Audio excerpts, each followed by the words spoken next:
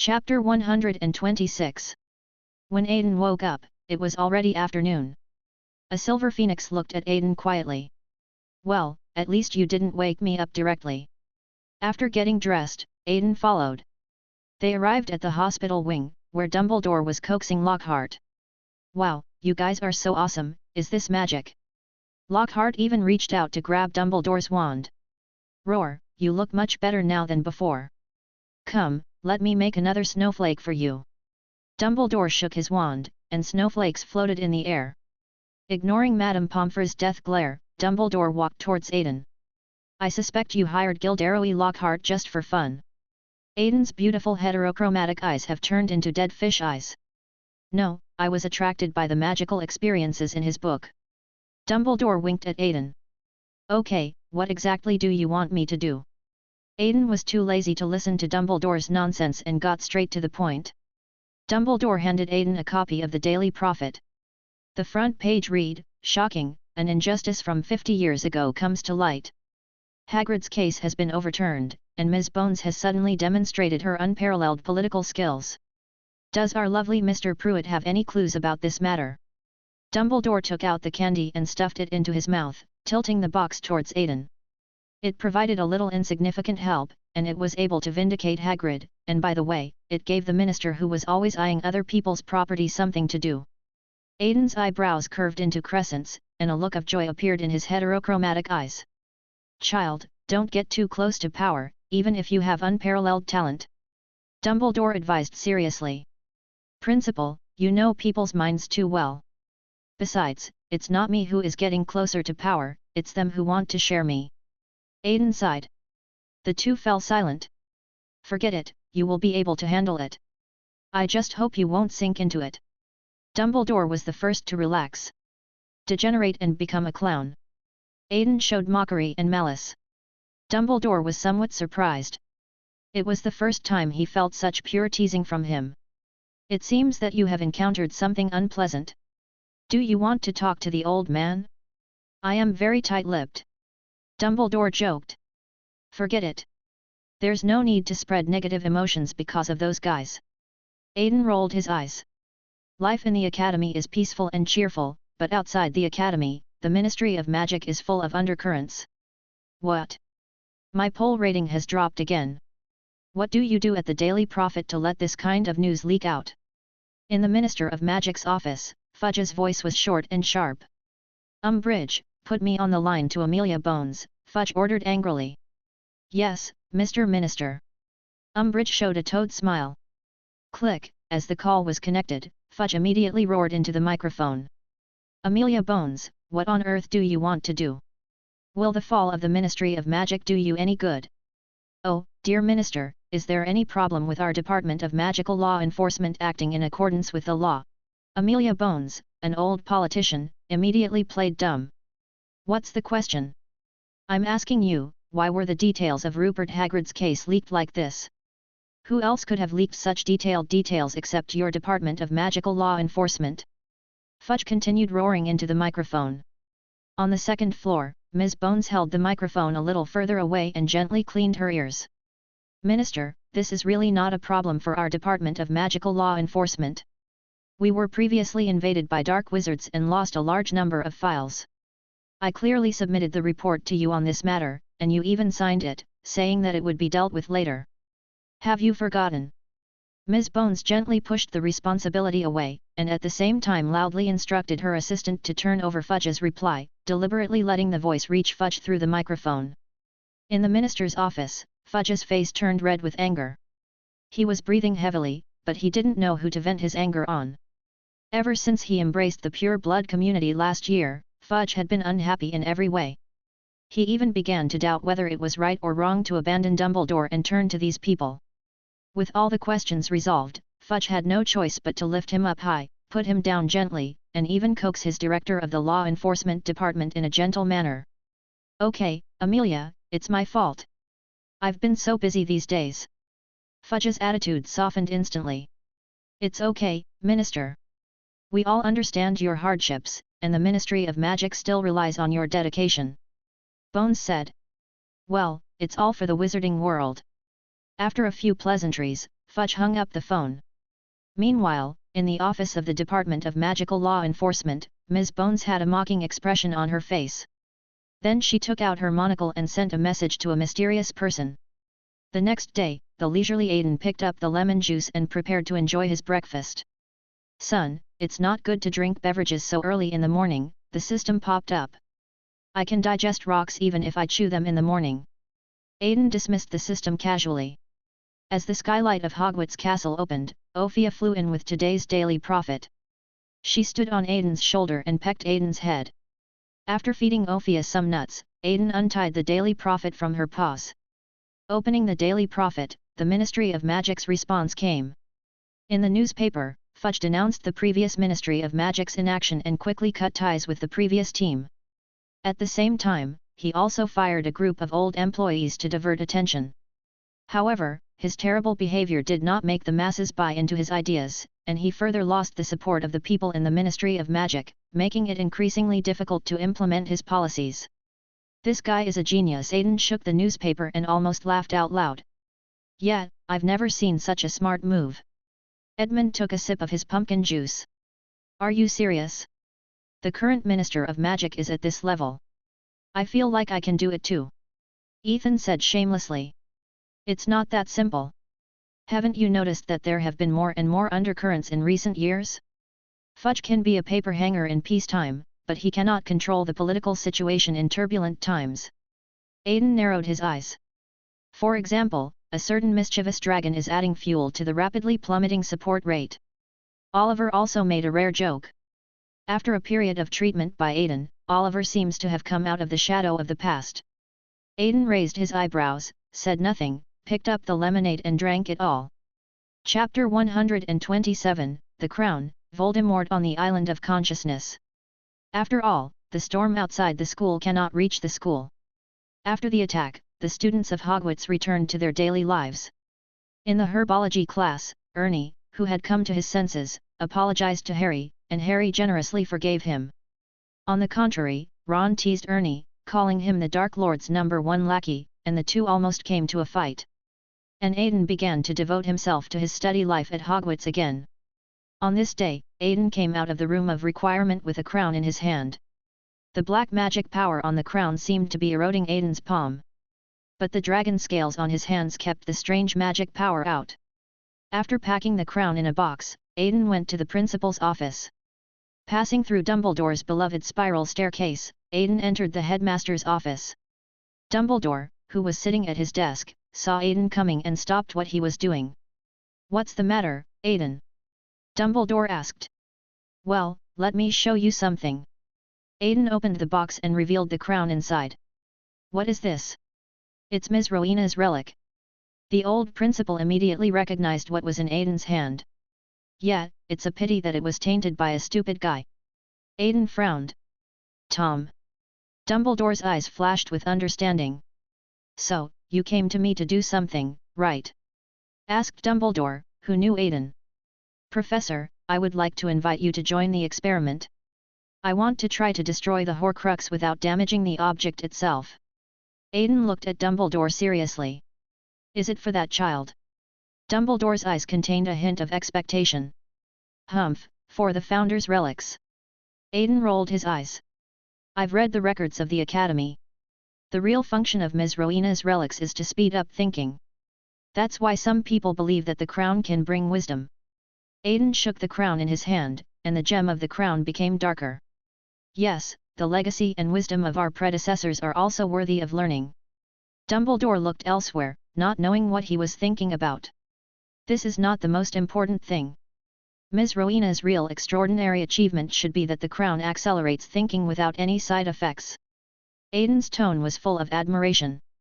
"Well, where do you plan to conduct your research, and are you planning to involve others?" Dumbledore inquired. "There's already one, do you have any other candidates?" Aiden asked back. "There is one person who I believe will do his best." The two looked at each other and both smiled like capitalists. In the afternoon, in front of the room of requirement, Oliver and Snape looked at each other in silence. In order to ease the awkward atmosphere, Oliver decided to greet Snape first. "Good afternoon, Professor Snape." "Humph, if it wasn't someone playing a prank on us, it must have been a trick played by the headmaster whose brain is covered in sugar and your roommate who has horns on his head and increases his IQ. Snape slowly crossed his arms. At this time, a wooden door appeared behind the two of them. The door opened, and it was pitch black inside and nothing could be seen clearly. An exquisite face emerged. "You're here, come in." Aiden warmly invited the two to come in and eat melons like an old farmer. Humph! Snape was skilled and bold, so he walked in first, followed closely by Oliver. Walking into the room, there is a huge alchemical matrix inside, and multiple crystals are floating in the air. Several alchemical matrices unfolded in the air, surrounding the crystal as the center. The crystals are directly connected by almost solid magic threads. At the very center of the matrix is a uniquely shaped crown, and the gem in the middle of the crown has turned completely black. "So, you are the ones who are planning to build a bomb and take out the entire school?" Snape teased the two of them. "This is the relic of Ms. Rowena Ravenclaw, but unfortunately, it was made into a Horcrux by Tom. Aiden and I are going to study it to see if there is a way to dispel Tom's soul without damaging the crown." Dumbledore threw out the bait. Snape, who didn't understand what the two meant when he heard this, showed excitement in his eyes. "So, you asked me to come here to participate in this research?" Oliver was a little confused. "No, I just thought I needed someone to move some stuff," Aiden teased, before being punched by Oliver. "How far have you come in your research?" Snape's heart was completely focused on the crown, and he had no time to think about the yin and yang people. "Well, Professor Dumbledore and I have built an analytical matrix and a protective matrix. Now we plan to try to use alien magic interference to slowly dissolve the soul anchor that Tom left on it." Aiden spread his hands. "No, although black magic uses souls as sacrifices, the anchor does not remain on the object after the sacrifice." Snape, as a master of black magic, pointed out the problem immediately. "I've gone in and checked, and the anchor is indeed left in the ocean of collective subconsciousness, but I think if I use my ability as a channel, we might be able to project the alien magic to where the anchor is," Aiden explained. "So what kind of alien magic did you choose?" Snape asked the final question. Aiden clasped his fingers together and gave a mysterious smile. "My magic power." "Yours?" Oliver and Snape exclaimed at the same time. "How is that possible? What's so special about you?" Snape regretted his words as soon as he opened his mouth and quickly closed his mouth. "My magic has a strong guiding effect. When I sail in the sea of consciousness, my magic becomes light, but when I am in the present world, my magic is very heavy. I will sneak into Senior Tom's island of consciousness and leave a beacon, and you will be responsible for projecting the magic power I left in the outside world into it. This will increase the mass of the anchor and allow it to sink into the misty fantasy world." Aiden saw Snape's embarrassment and revealed a little about his situation to ease his embarrassment. Snape took over the steps. "There is no time to lose, let's get started, I still have potions to make." "Well, let us begin," said Dumbledore. Then, Aiden took out a small bottle, cut his finger, and dripped a few drops of blood into it. The bright red blood was mixed with a hint of silver. He injected magic power into it and then handed the bottle to Snape. Snape took the bottle and gave Aiden a complicated look. Dumbledore and Oliver took over the control of the alchemical matrix, and a large amount of data flowed into their heads at once. Then Aiden began to travel through dreams. His whole body became ethereal and he entered the sea of consciousness. The surging magma on the Horcrux's island of consciousness emitted a dazzling light, a strange smell of sulfur kept rushing into the nostrils, and the hot air gently licked the skin. Aiden searched inside and finally found the soul nailed to it in the crater. The 20-year-old Voldemort was nailed here by his own killing soul. "It's so sad, Senior Tom." There was no sympathy in Aiden's eyes. "There's no need to be so hypocritical. You want to kill me, but you can't bear to destroy the crown, right?" Voldemort showed a smug look. "Not really, Senior, take your pride and go down with those rubbish." Aiden gave a devilish smile, the lava illuminating his heterochromatic pupils, making him look beautiful yet dangerous. He took out his wand and left a mark on Senior Tom's soul. In the outside world, the alchemical matrix maintained by Dumbledore and Oliver also sent feedback. Dumbledore said, "Severus, the time is now." Snape quickly came to the node and poured Aiden's blood into it. The blood, carrying magic power, was injected into the Horcrux through the alchemical matrix. Above the island of consciousness, thick clouds suddenly gathered above the crater, and silver electric light shuttled through the clouds. After a while, heavy silver rain poured out from the clouds, soaking the scorched earth. The air was filled with the fragrance of soil, dyeing the island of consciousness silver. At the same time, the island began to sink slowly. "No, Aiden Pruitt, let me go, and I can give you everything I have, eternal life. By the way, do you want to know about my improved Horcruxes? I can teach you everything." Voldemort began to pray when he saw that the situation was not good. Aiden smiled at his ugly appearance and said, "Well, goodbye, Senior Tom." He turned into a dream spirit and disappeared from the island. "No, come back, no, I curse you, Aiden Pruitt, I curse you." Voldemort's voice echoed on the island of consciousness, but unfortunately no one could answer him. Chapter 128. Rowena Ravenclaw. Aiden returned to reality and looked back, and saw that the alchemical matrix began to emit a dazzling light. "Dwelly, look at this thing, is it smoking?" As soon as the thought flashed through Aiden's mind, he directly wrapped the entire matrix with defensive magic.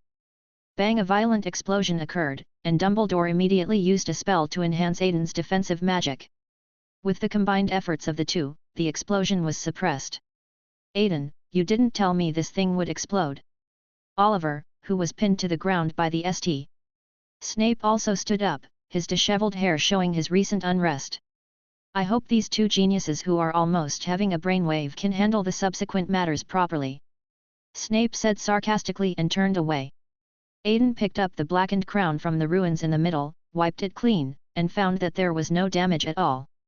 The founder cast a strange spell on them, making these relics difficult to destroy. "I think this is also the reason why Tom chose these treasures as Horcruxes later." Dumbledore sighed. Oliver came over and looked at the tiara.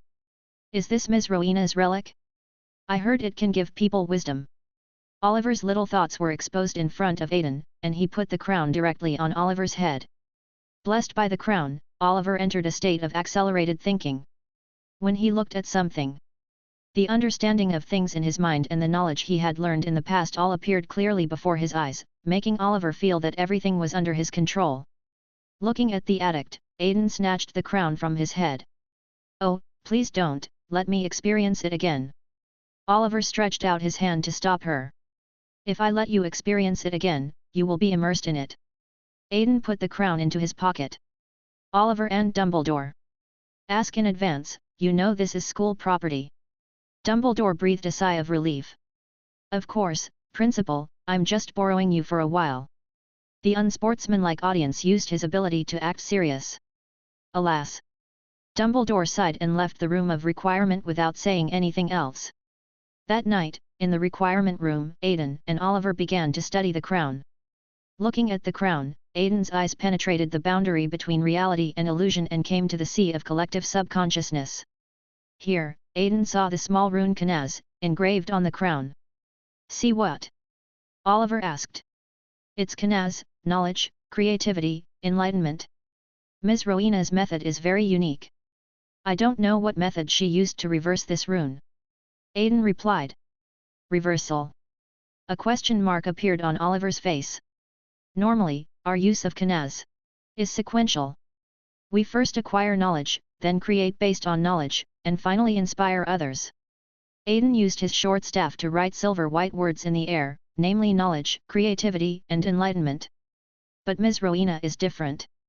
She somehow bypasses this process, first giving inspiration, then creativity, and finally generating new knowledge. Aiden waved his wand, and the silver-white characters in the air were rearranged. "You mean?" Oliver seemed to have touched something. "Yes, enlightenment is not given to oneself, but to others. If the crown can directly enlighten others." Before Aiden could finish his words, a faint light suddenly emanated from the room of requirement. The laboratory, which had already been finalized, suddenly began to twist, and the wooden boards made a creaking sound as they were reassembled. Oliver and Aiden also floated up, and when the room was reorganized, an elegant study appeared in front of them. The decoration of the study is warm and soft. The books on the desk are still unclosed and a thin smoke is wafting from the incense beside. It means that someone left knowledge in this crown that can enlighten others. A gentle female voice helped Aiden complete his words. Nice to meet you, Rowena, headmistress of Ravenclaw. Aiden bowed to the portrait behind the desk. Then he kicked Oliver, who was still in a daze, and Oliver saluted in the same way as Aiden did. How long has it been? The crown floated up and flew towards the portrait, and the next moment Ms. Ravenclaw actually walked out of the portrait. It's been thousands of years, ma'am, Aiden said. That's really great. Our ideal has lasted for thousands of years. Ms. Rowena's gaze seemed to penetrate the past. By the way, has Helena returned to Hogwarts? Barrow volunteered to look for her that year. Ms. Rowena turned around and looked at Aiden. I'm sorry ma'am, this is tragic. Aiden lowered his eyes and told Ms. Rowena the story he knew. So, Helena is still wandering around the academy. Ms. Rowena frowned slightly. Do you need us to help you invite her over? Aiden asked. Ms. Rowena nodded slightly, and Aiden turned and winked at the dazed Oliver. Oliver, who understood what was going on, ran out immediately. Such familiar eyes, you look like a student in the academy.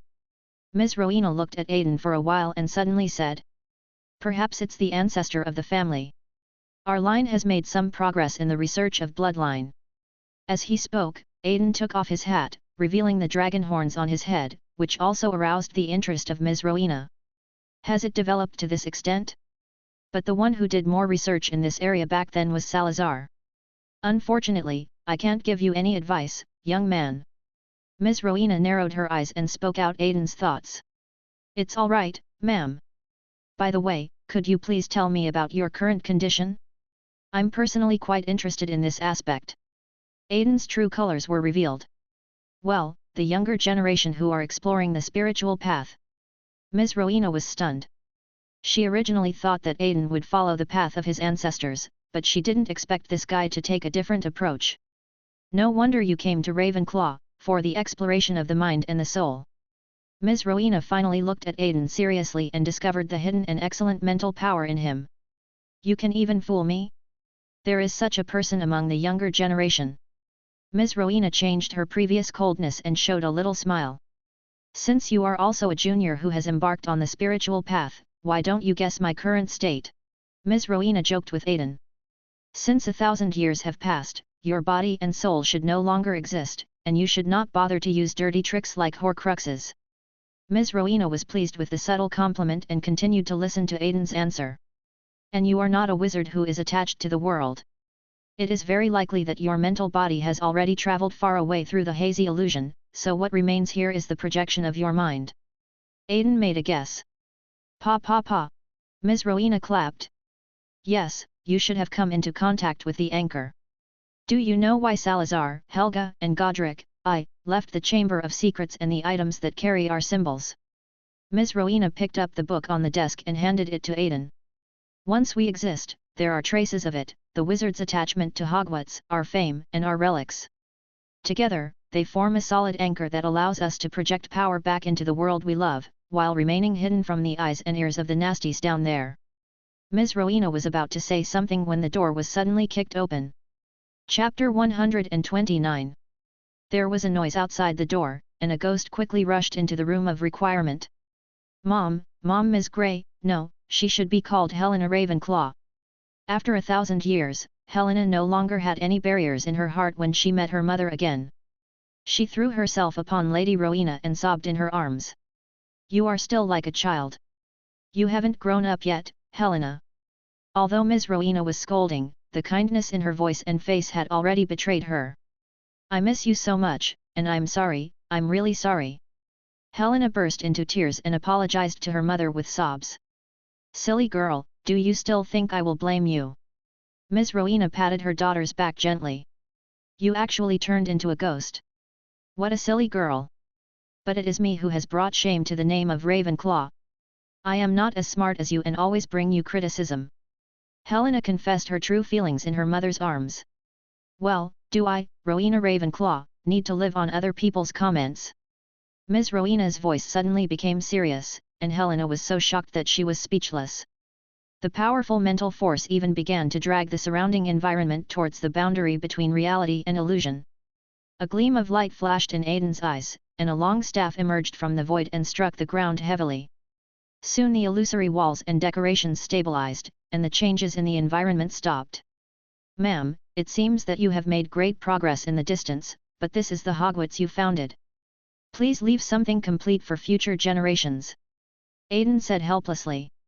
I lost my composure. Ms. Rowena nodded slightly to Aiden.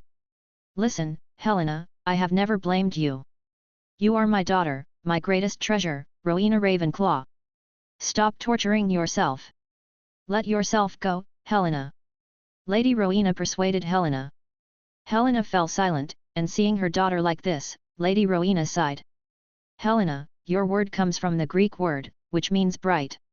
You know, when you came into my life, colors began to appear in my grey life that was originally focused on magic.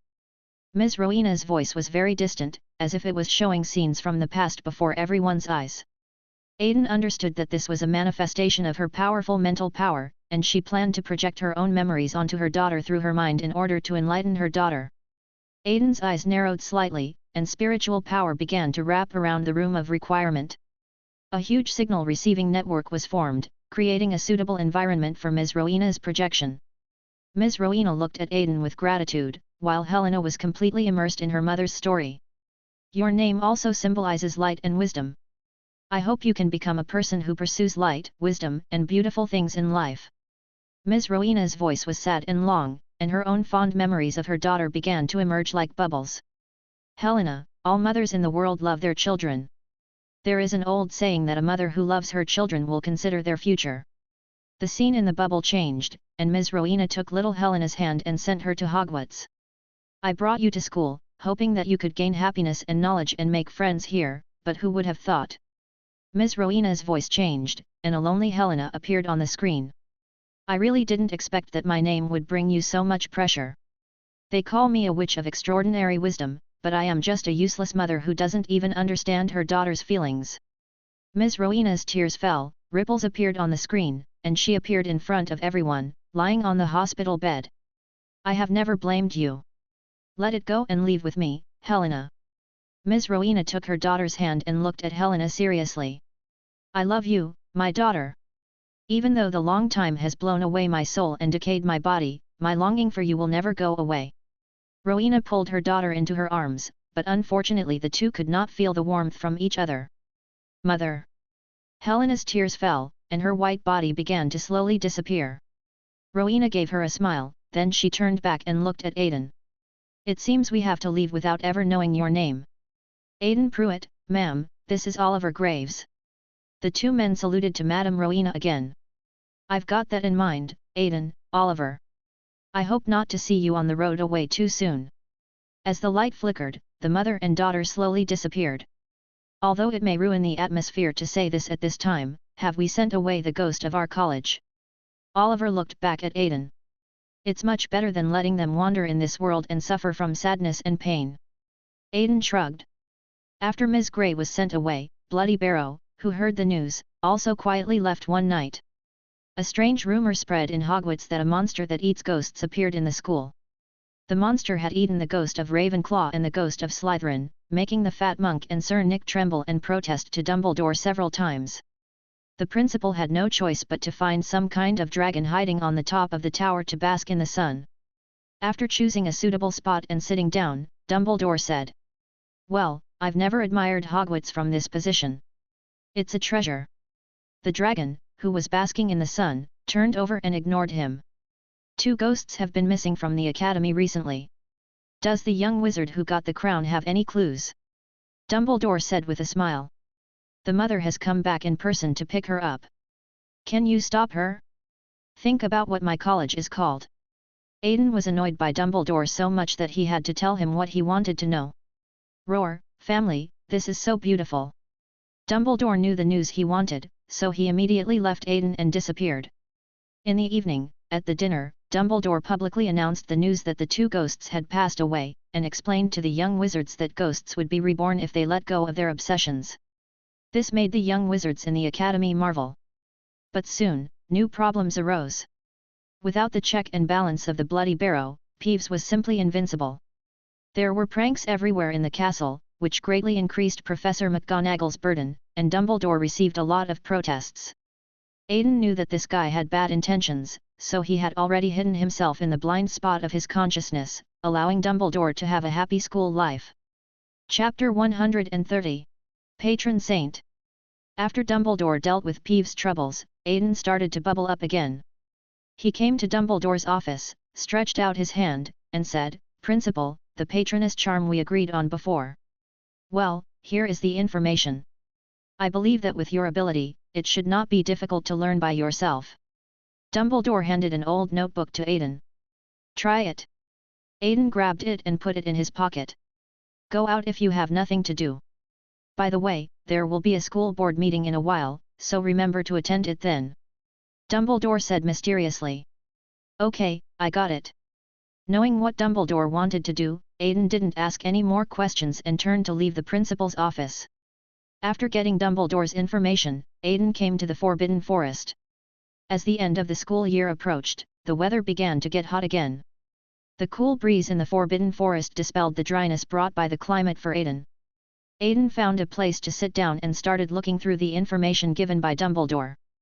The Patroness charm, usually in animal form, is used to ward off dark creatures such as Dementors. The Patroness charm has been used since ancient times, but its inventor and original form are unknown. The spell has long been associated with wizards fighting for noble causes, and is considered extremely complex and difficult to cast. "Well, let's try it first." Aiden closed the book, took out his wand, and recalled happy memories, happy. Then Aiden discovered that he didn't seem to have any very happy memories. "The days with my aunt are quite relaxing and enjoyable. Let's give it a try." He pointed his wand toward the sky and called out, "Expecto Patronum." White mist gushed out from the tip of Aiden's staff and quickly covered a small area of Forbidden Forest. This can be used as a fog spell. A black line appeared on Aiden's forehead. The forest shrouded in white mist showed without a doubt that Aiden had failed in casting the spell. He opened the book again to check if he had missed anything.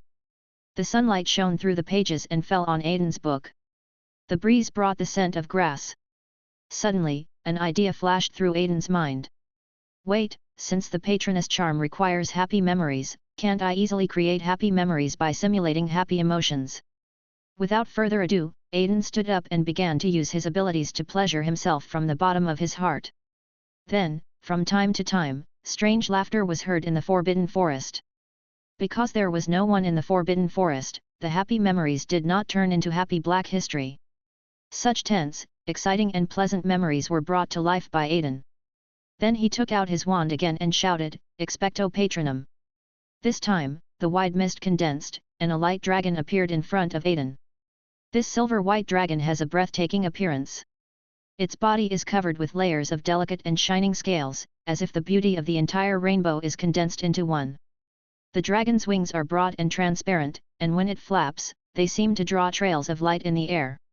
The only thing that was not silvery white were its eyes, which were like two deep gems. One was amber in color and the other was clear blue. Aiden's patroness swam freely around him, as nimble as a fish in water. Without the support of magic, Aiden's patroness quickly dissipated into the air. Then he took out the information given by Dumbledore and opened it to take a look. According to Dumbledore, the key to using the patroness for communication is actually to incorporate transfiguration. Aiden. This guy is worthy of being a professor of transfiguration.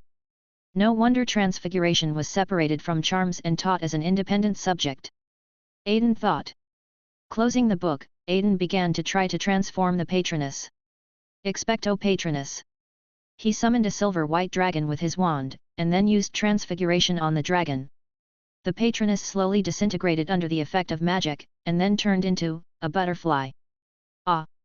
Aiden's delicate face was filled with big question marks. Feeling something was wrong, Aiden hurried to the principal's office.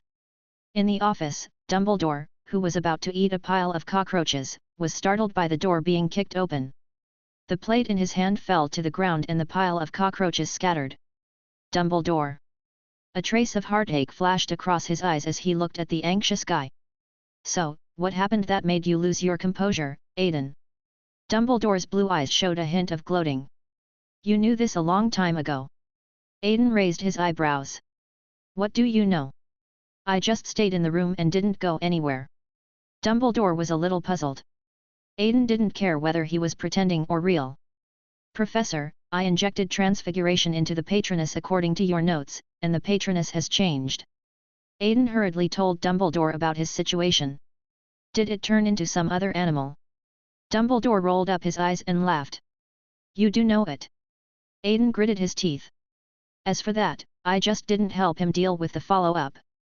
Well, actually, the patroness of people like us will be affected by our own blood, which will cause strange changes. Dumbledore took out his wand, cast the patroness charm, and a silver phoenix flew out. And when we cast the spell on the patroness for the second time, if we habitually follow the normal casting method, the overly powerful mind will change the patroness beyond recognition. Dumbledore pointed the magic wand at the phoenix and chanted a spell.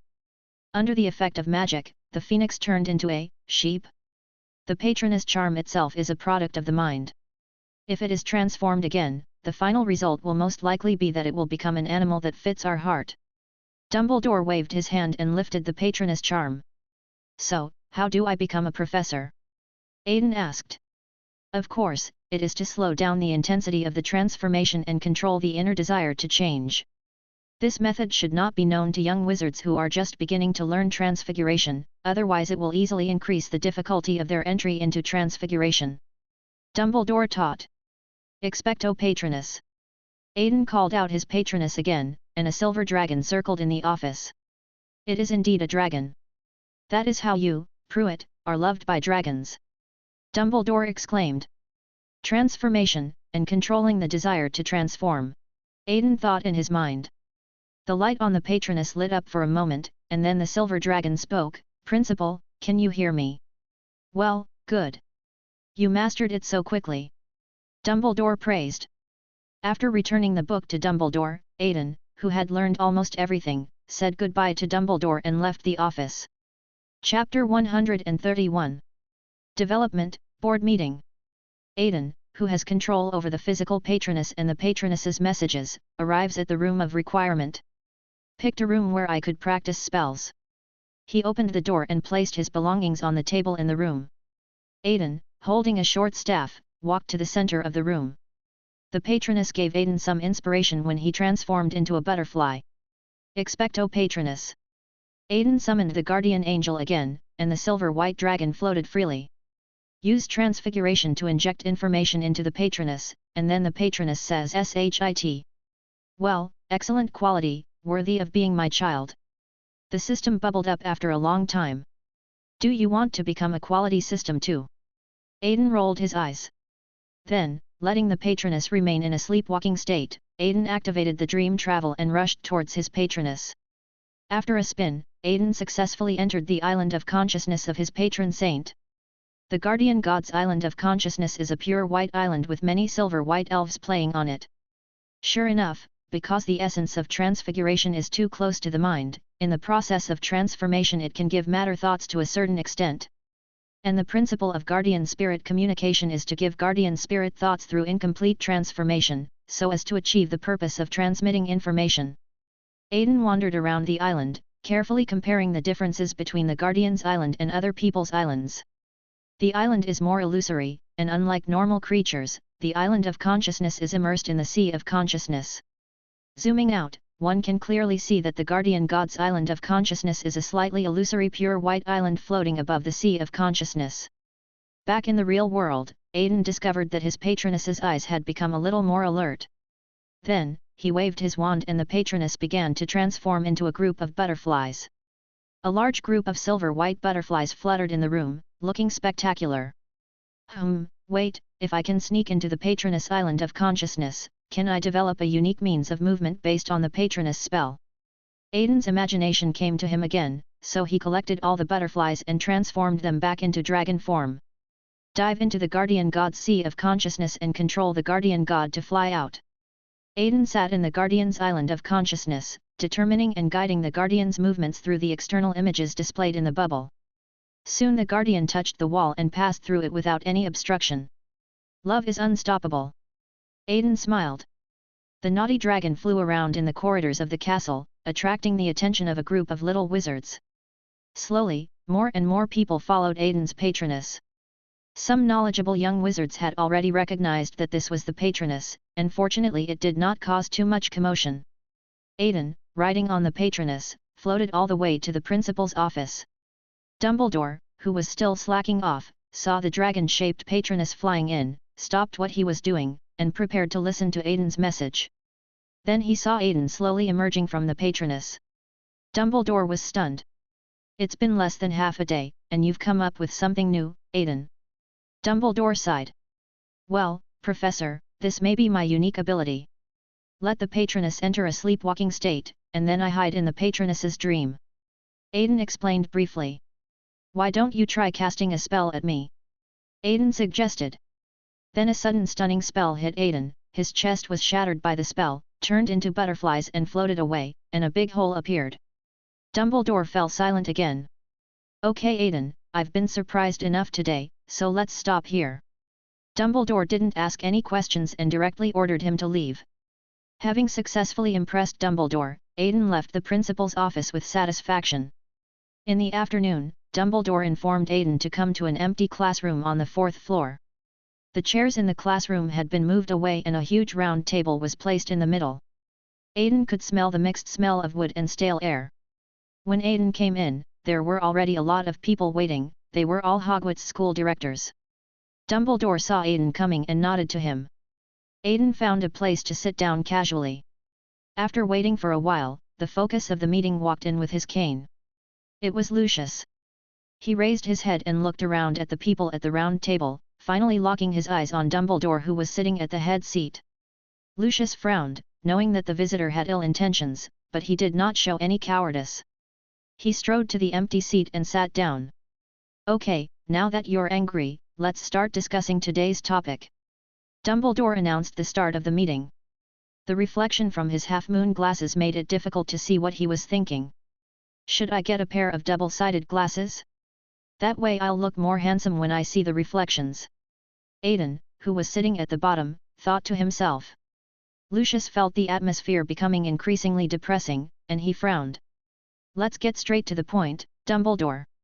I believe all of you directors are very busy.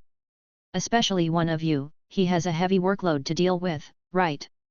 Lucius tried to divert everyone's strange attention away from himself.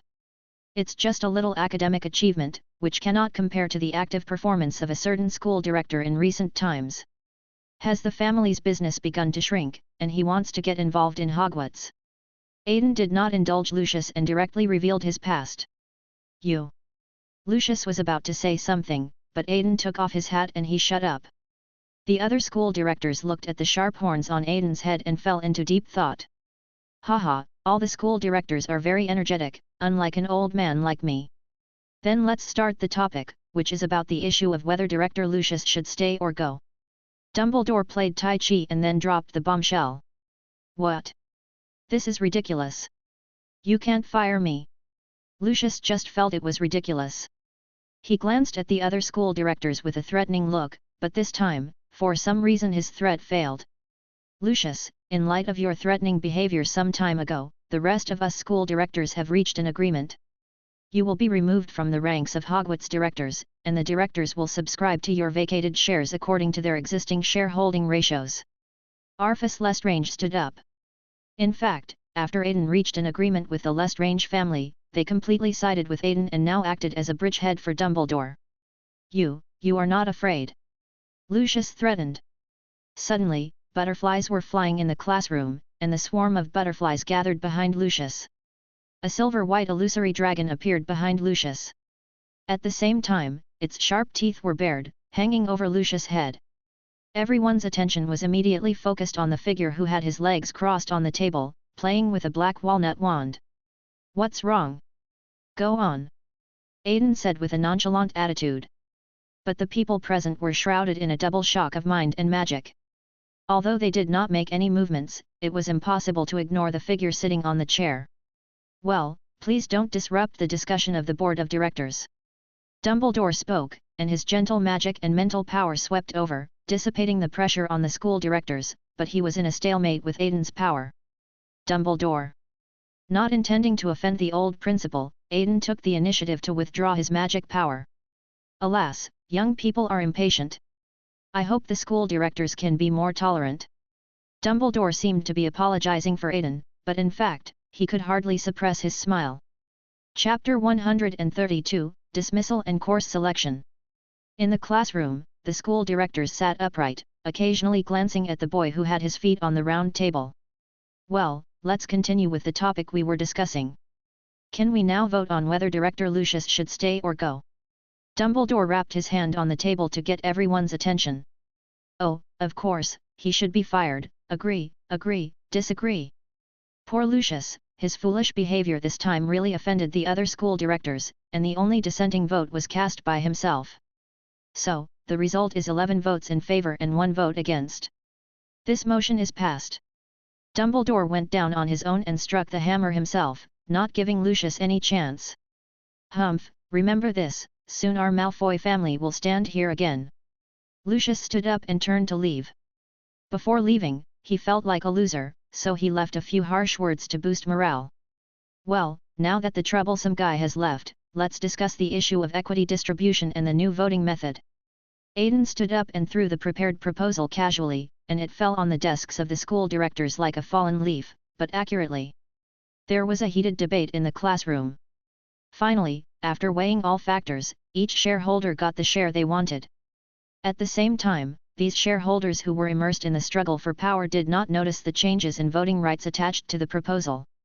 From the moment the motion was signed and took effect, the Hogwarts board resolution was changed from a head resolution to a share resolution. The naive shareholders were ruthlessly played by 2 spiritual masters. Aiden used his ability to secretly adjust their focus. Dumbledore was the focus of resistance for the apparent fight for shares, and the two worked together to complete the change in voting rights. Now, if you want to pass a resolution on the Hogwarts Board of Directors, you need to vote according to the shareholding ratio. In order to finally pass the resolution, it must be approved by directors with a shareholding ratio of more than 2/3. In other words, if the principal, Pruitt, and Lestrange, who are the major shareholder groups, don't give their approval, a resolution will remain in the draft forever. The adult affairs are over, and Aiden can return to his happy school life, although there are only a few days left of happy days. The next day, Aiden came out of the college and Professor Flitwick gathered the second-year students. The young wizards, who have reached the end of the second school year, are about to face their elective courses. Professor Flitwick distributed the class schedule to everyone, and the young wizards excitedly discussed their ideas. Let me see what course our great genius is going to choose. Edmund and Ethan stretched out their hands to hook Aiden's shoulders, but the amazing thing was that their hands went straight through Aiden's body. The two lost their support and fell to the ground, and the places where they came into contact with Aiden turned into butterflies and scattered. Sorry, I was thinking about something else just now. The butterfly flew back and filled in Aiden's missing part. Oliver carefully stretched out his finger and poked Aiden.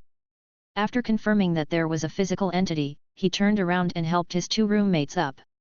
Merlin's spiral staff, what was that just now? Ethan and Edmund stood up with shock on their faces. Well, the Patronus charm is a variation developed based on my own abilities. Aiden said these horrific words calmly, but his eyes did not leave the schedule.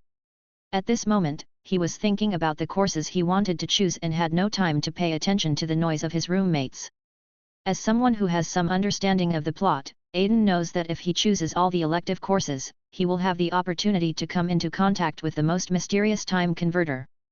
However, as a lazy dragon with ideals, he really didn't want to learn some useless courses. Yes, that's right, Muggle studies. Aiden racked his brains to understand why wizards, whose impression of Muggles was still stuck in the past centuries, would offer this subject. With a sigh, Aiden asked his roommates, "What courses are you going to choose?" "Me? Runes, divination, and Muggle studies." Ethan looked expectant. "I want to know what you wizards think of Muggles." "Well, let's congratulate this kid for choosing 2/3 of useless courses." Aiden sighed silently in his heart. Then he turned his gaze to Edmund. "Me? Arithmancy, runes, and care of magical creatures." Edmund also expressed his choice. As expected of a school director, he chose the best. Then Oliver spoke. "Select all." As soon as the Liver Emperor opened his mouth, a smell called volume began to spread. Aiden quickly pinched his nose for fear of accidentally inhaling it. Finally, all eyes were on Aiden. "Me? Divination, runes, and care of magical creatures." Aiden shrugged. "Something's wrong, this guy isn't curling anymore, it's boring. The three roommates expressed their opinions. Hey, this is the result of comprehensive consideration. Aiden spoke up for himself. First of all, you should know what fortune-telling looks like. You just want to slack off. Edmund said righteously. Also, do you need to go to class specifically to learn your runes? Oliver reprimanded, and Ethan nodded in agreement. Soon, the young wizards had chosen their courses and Professor Flitwick collected the class schedules. Seeing that the matter was over, Aiden wanted to slip away, but was caught by a professor who was itching to do something. Ahem, Aiden, come with me. Professor Flitwick called out to him when Aiden was about to slip away. The three roommates gave him a look that told him to fend for himself and ran away without any loyalty. I helped Professor Flitwick carry the class schedule and walked all the way to his office. Do that again. It was obvious that the respected dean had discovered the spell Aiden had just cast. Aiden raised the corners of his mouth slightly and said to Professor Flitwick. If you're so curious, Professor, why not try it yourself? Oh, can I? Professor Flitwick raised his eyebrows, and a disarming spell flew directly from behind Aiden. This method of casting spells outside the body really made Aiden envious. At the same time, Flitwick's attack did not work on Aiden. The spell went straight through Aiden's body and flew towards Professor Flitwick who was in front of Aiden. Professor Flitwick cut off the supply of magic power, and the disarming spell dissipated before reaching his body. Well, down right arrow up right arrow, how did you do it? Professor Flitwick asked excitedly. That's the patroness charm, Professor. Then a swarm of butterflies flew out from inside Aiden's robes and filled Professor Flitwick's office. The butterflies gathered together under Aiden's wool and eventually formed a silver-white dragon. Your patroness is also a magical creature. I thought Dumbledore was a special case. He kept telling me that it was innate. I thought he was lying to me. Professor Flitwick looked closely at Aiden's patroness. Well, the magic and the means of casting are the same as ours. As for the butterfly, you used transfiguration, which should be Dumbledore's improved patroness. The well-informed Professor Flitwick recognized the uniqueness of Aiden's patroness. But I can't understand how you managed to use the patroness to avoid attacks. This area left Professor Flitwick puzzled. This is truly a gift, Professor. Do you want me to take you to see it? Aiden kept it a secret. Of course, I'd love to, said Professor Flitwick. Chapter 133. Avalon, Confrontation with the Fairy. Then Professor, don't resist. A cluster of flames ignited at Aiden's fingertips and flashed before Professor Flitwick's eyes. The power of the mind was slowly seeping in, and Professor Flitwick did not resist and was brought into the dream by Aiden. Then, Aiden's whole body became ethereal, ready to enter Professor Flitwick's island of consciousness. When he entered Professor Flitwick's consciousness, Aiden thought he would enter their island of consciousness like everyone else. But as expected, an accident happened. Aiden felt a storm coming, and he activated his ability to increase his efforts to infiltrate. Finally, after passing through a layer of membrane, Aiden came to a strange place. Aiden was floating in the air and looked around. He saw the boundless continent with many mountains on it. Above the vast land is a lush forest. If you look closely, there seem to be many short figures moving around in the forest. Following Professor Flitwick's breath, Aiden found Professor Flitwick who was surrounded by goblins. Phileas, you traitor, how could you? The leading goblin loudly scolded Professor Flitwick. No, I'll leave as soon as I find my students. Professor Flitwick tried desperately to explain, but the goblins around him ignored his explanation and approached him with a grin. Seeing this, Aiden spread his wings, turned into a dragon man, and smashed down quickly, like a silver meteor falling to the earth. The violent shock wave dispersed the goblins that surrounded Professor Flitwick, and the dragon with dominant consciousness set foot on this ancient land again. In the smoke, a pair of heterochromatic eyes filled with anger lit up. The eyes looked around at the fairies around them, causing them to all take a step back. When the smoke and dust cleared, a handsome dragon man stood surrounded by goblins. A dragon that can travel through consciousness. It's Pewit. They're coming again. Someone in the goblin group said in horror. Aiden looked at the group of goblins viciously and let out a dull growl from his throat. This was the effect of the dragon blood transforming his lungs. He looked like a wild beast ready to attack. Roll! Aiden launched a shock attack on them, and the powerful mental force materialized in the dream, outlining the outline of a grey-white dragon. Finally, the goblins, unable to bear the pressure, began to flee in all directions. Aiden went forward, helped Professor Flitwick up, and dusted him off. "What's going on, Professor? Why is your consciousness connected here?" Aiden asked, puzzled. I didn't expect you to bring it here." Professor Flitwick sighed. The two of them sat casually on the ground and started chatting. "Child, you should know that I am a half-blood of a wizard and a goblin." Professor Flitwick began to recall his past. The corners of Aiden's mouth twitched. He knew the words wizard and goblin separately, but they became a little complicated when put together. "My mixed blood identity makes me unwelcome on both sides." "Oh, let's talk about the topic. The fairy blood in me allows my consciousness to enter the fairies' private land Avalon." Professor Flitwick pointed to the continent under his feet and introduced. "So this is the legendary Avalon, so the story of King Arthur is also true?" Aiden asked curiously. "Oh no, that was made up by muggles." "Well, but Merlin also really existed, during the first war between wizards and magical creatures." Professor Flitwick's voice seemed to take Aiden back to the distant past. At that time, wizards who had made great progress in spiritual exploration began to be dissatisfied with their small habitats, and then they launched a war against other creatures. Aiden stroked his chin and thought of the house elves, but soon he put aside all distracting thoughts and continued to listen to the professor's explanation. For unknown reasons, wizards gained great power, and magical creatures were defeated step by step. Some were completely wiped out, some were enslaved, and in the end only goblins were left. Professor Flitwick stopped explaining, pointed to the sky and asked, "Do you know where the outside of Avalon is?" "The sea of collective subconsciousness," Aiden said. Professor Flitwick, who wanted to show off, said, "Well, yes. The war was at its peak at that time. Both sides were fighting fiercely, and the goblins were also stepping up their exploration of the ocean of biological consciousness until they found and occupied this land." Professor Flitwick continued to explain. "So this is why the previous wars did not completely eliminate the goblins?" Aiden asked. Professor Flitwick nodded and said, "The goblins occupied this place and deployed something there. The wizards were afraid to use force, fearing that if they pushed the goblins too hard, they would be dragged down and destroyed together with them. So the war ended in a muddle. It's outrageous. It turns out that the best way to end a war is for both sides to have the ability to destroy each other." Aiden complained. "Haha, isn't that how Muggle peace was achieved?" Professor Flitwick winked at Aiden.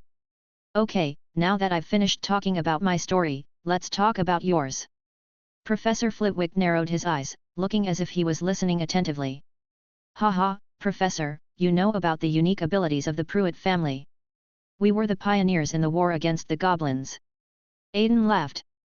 "Indeed, seeing you now, I kind of understand why your name has been passed down here for so long," said Professor Flitwick.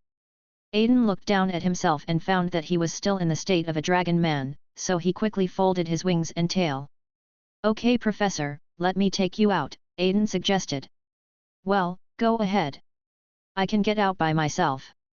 Professor Flitwick took out his wand and pointed it at his body, and the magic began to fade slowly. Seeing this, Aiden also used his abilities to return to the real world.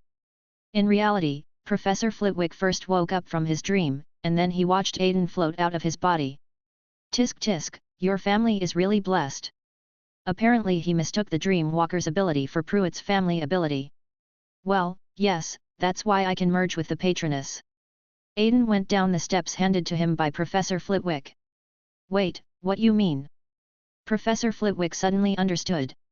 "Yes, Professor, the Patroness is conscious after the fusion transformation." Aiden gave a definite conclusion. "Well, this is a really remarkable discovery. Do you want to write a paper on it?" The addicted Professor Flitwick's eyes sparkled as he began to seduce, as if another headline was waiting for Ravenclaw. "Well, forget it, Professor. This technology was invented by Professor Dumbledore. You can ask him to send it." Aiden said with a headache. "Forget about him." Professor Flitwick lost interest instantly. After a round of greetings, Aiden also left Professor Flitwick's office. Chapter 134, End of School Dinner, Homecoming. Before we knew it, the semester was coming to an end. That day, Arthur found Aiden. Aiden, I feel like I've completed my role. Arthur looked at Aiden expectantly. Well, the new potion will have to wait until the holidays to be prepared, so don't rush it for now. Aiden nodded. By the way, I need you to take over the downstream organization of the Dusk Hermits when Arthur Sai is on vacation. Aiden smiled mysteriously. What?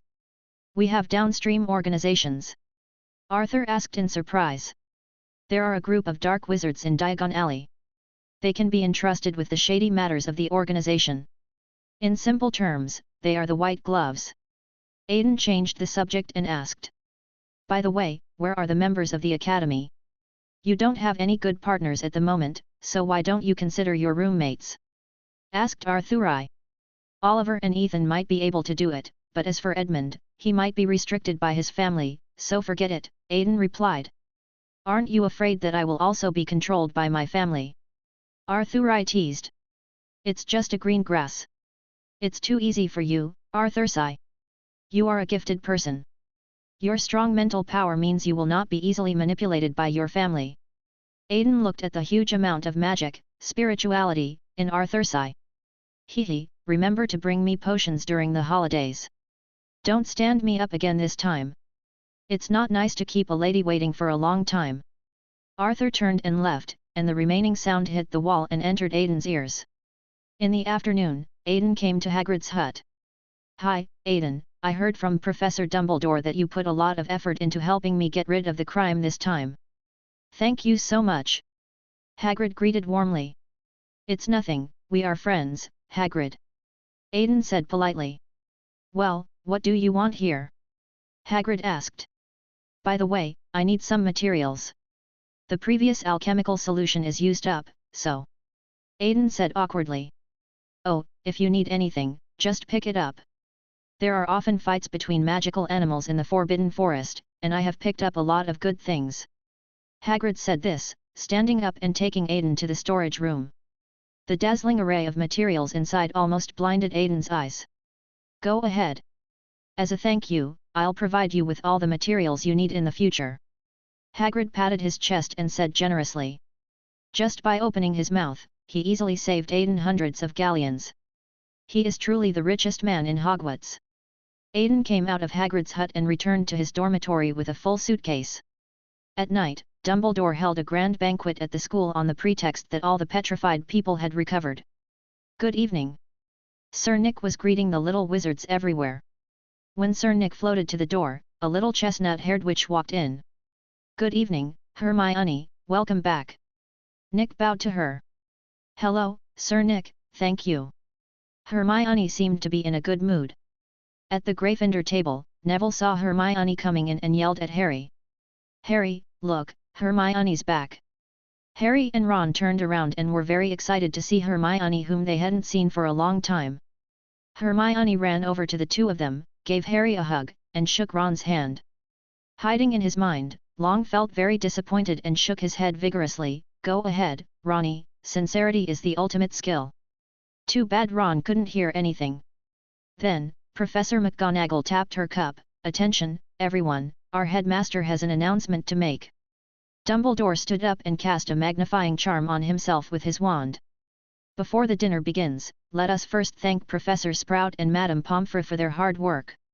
It is their efforts that have enabled the petrified people to return to us so quickly. The audience applauded, and when the applause died down, Dumbledore continued. In addition, I would also like to announce that in light of recent events, as a token of our appreciation, we will be cancelling all exams this year. As soon as Dumbledore finished speaking, the young wizards in the audience cheered. Then the door was suddenly pushed open, and a tall figure walked in, and the scene suddenly became quiet. Dumbledore also cooperated and said, finally, our gamekeeper has been cleared of his wrongdoings and has returned to Hogwarts. Harry ran up and hugged Hagrid. Hagrid winked at Aiden with his left eye, and Aiden raised his glass in a toast. The whole Hogwarts was immersed in a sea of joy. Only the Slytherin table seemed a little dull.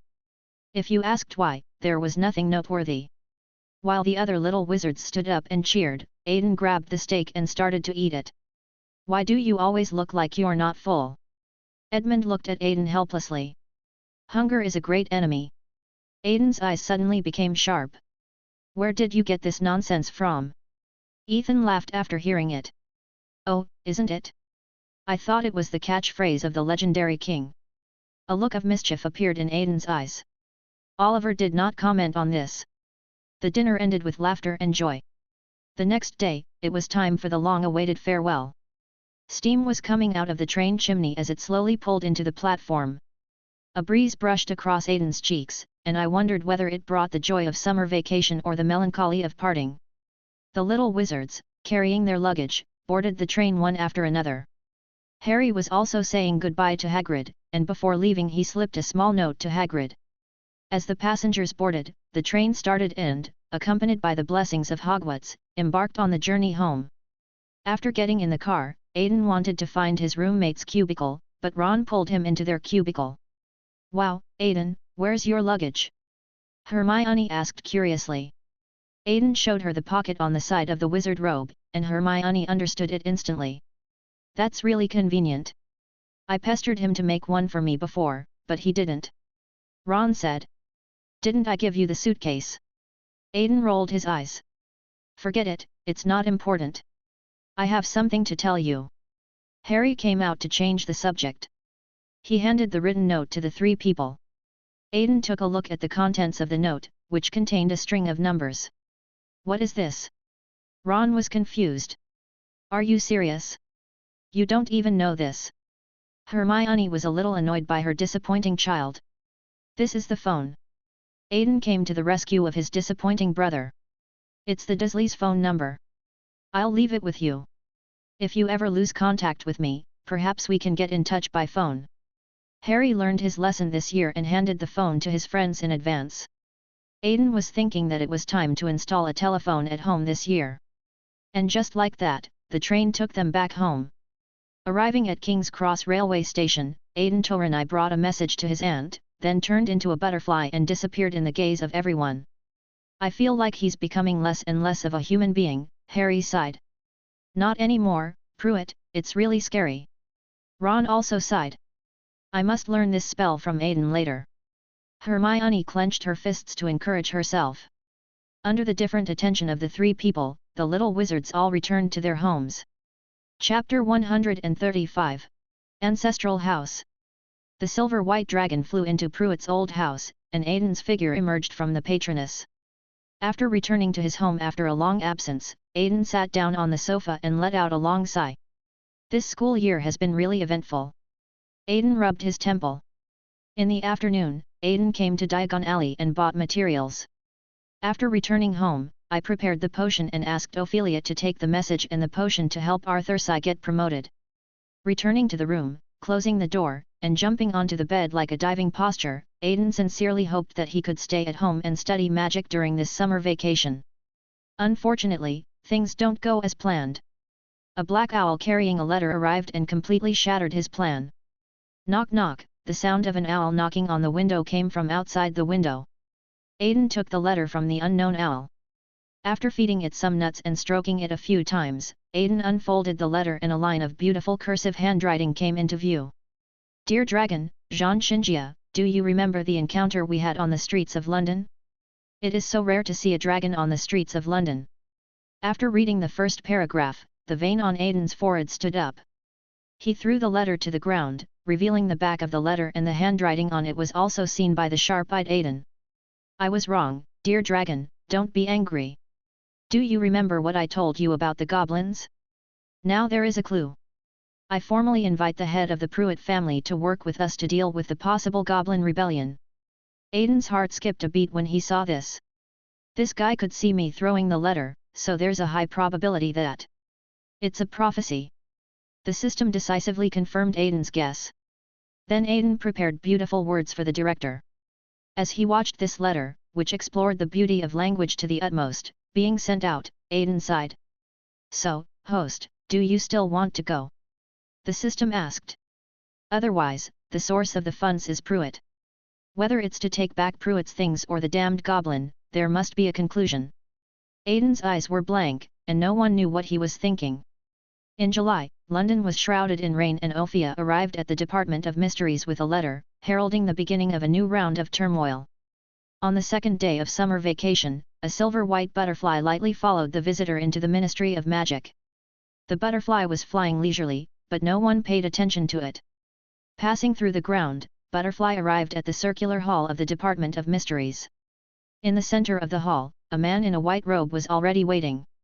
He stretched out his finger, and the butterfly gently landed on his hand. "Long, why did you become like this?" asked the director. Then the butterflies began to slowly disperse, and their number suddenly became huge. Then a figure emerged from the center of the butterflies and stepped on the floor of the hall. "You damn bastard!" Aiden prepared a lot of beautiful words to greet the director. Unfortunately, he was interrupted by a report he stuffed over. "Here, a report on the assets that have been embezzled by the goblins over the years.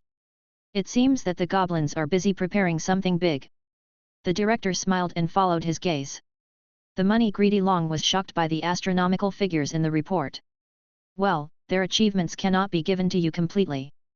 The Department of Mysteries will absorb a part of it, but the commercial part can be handed over to Pruitt for operation."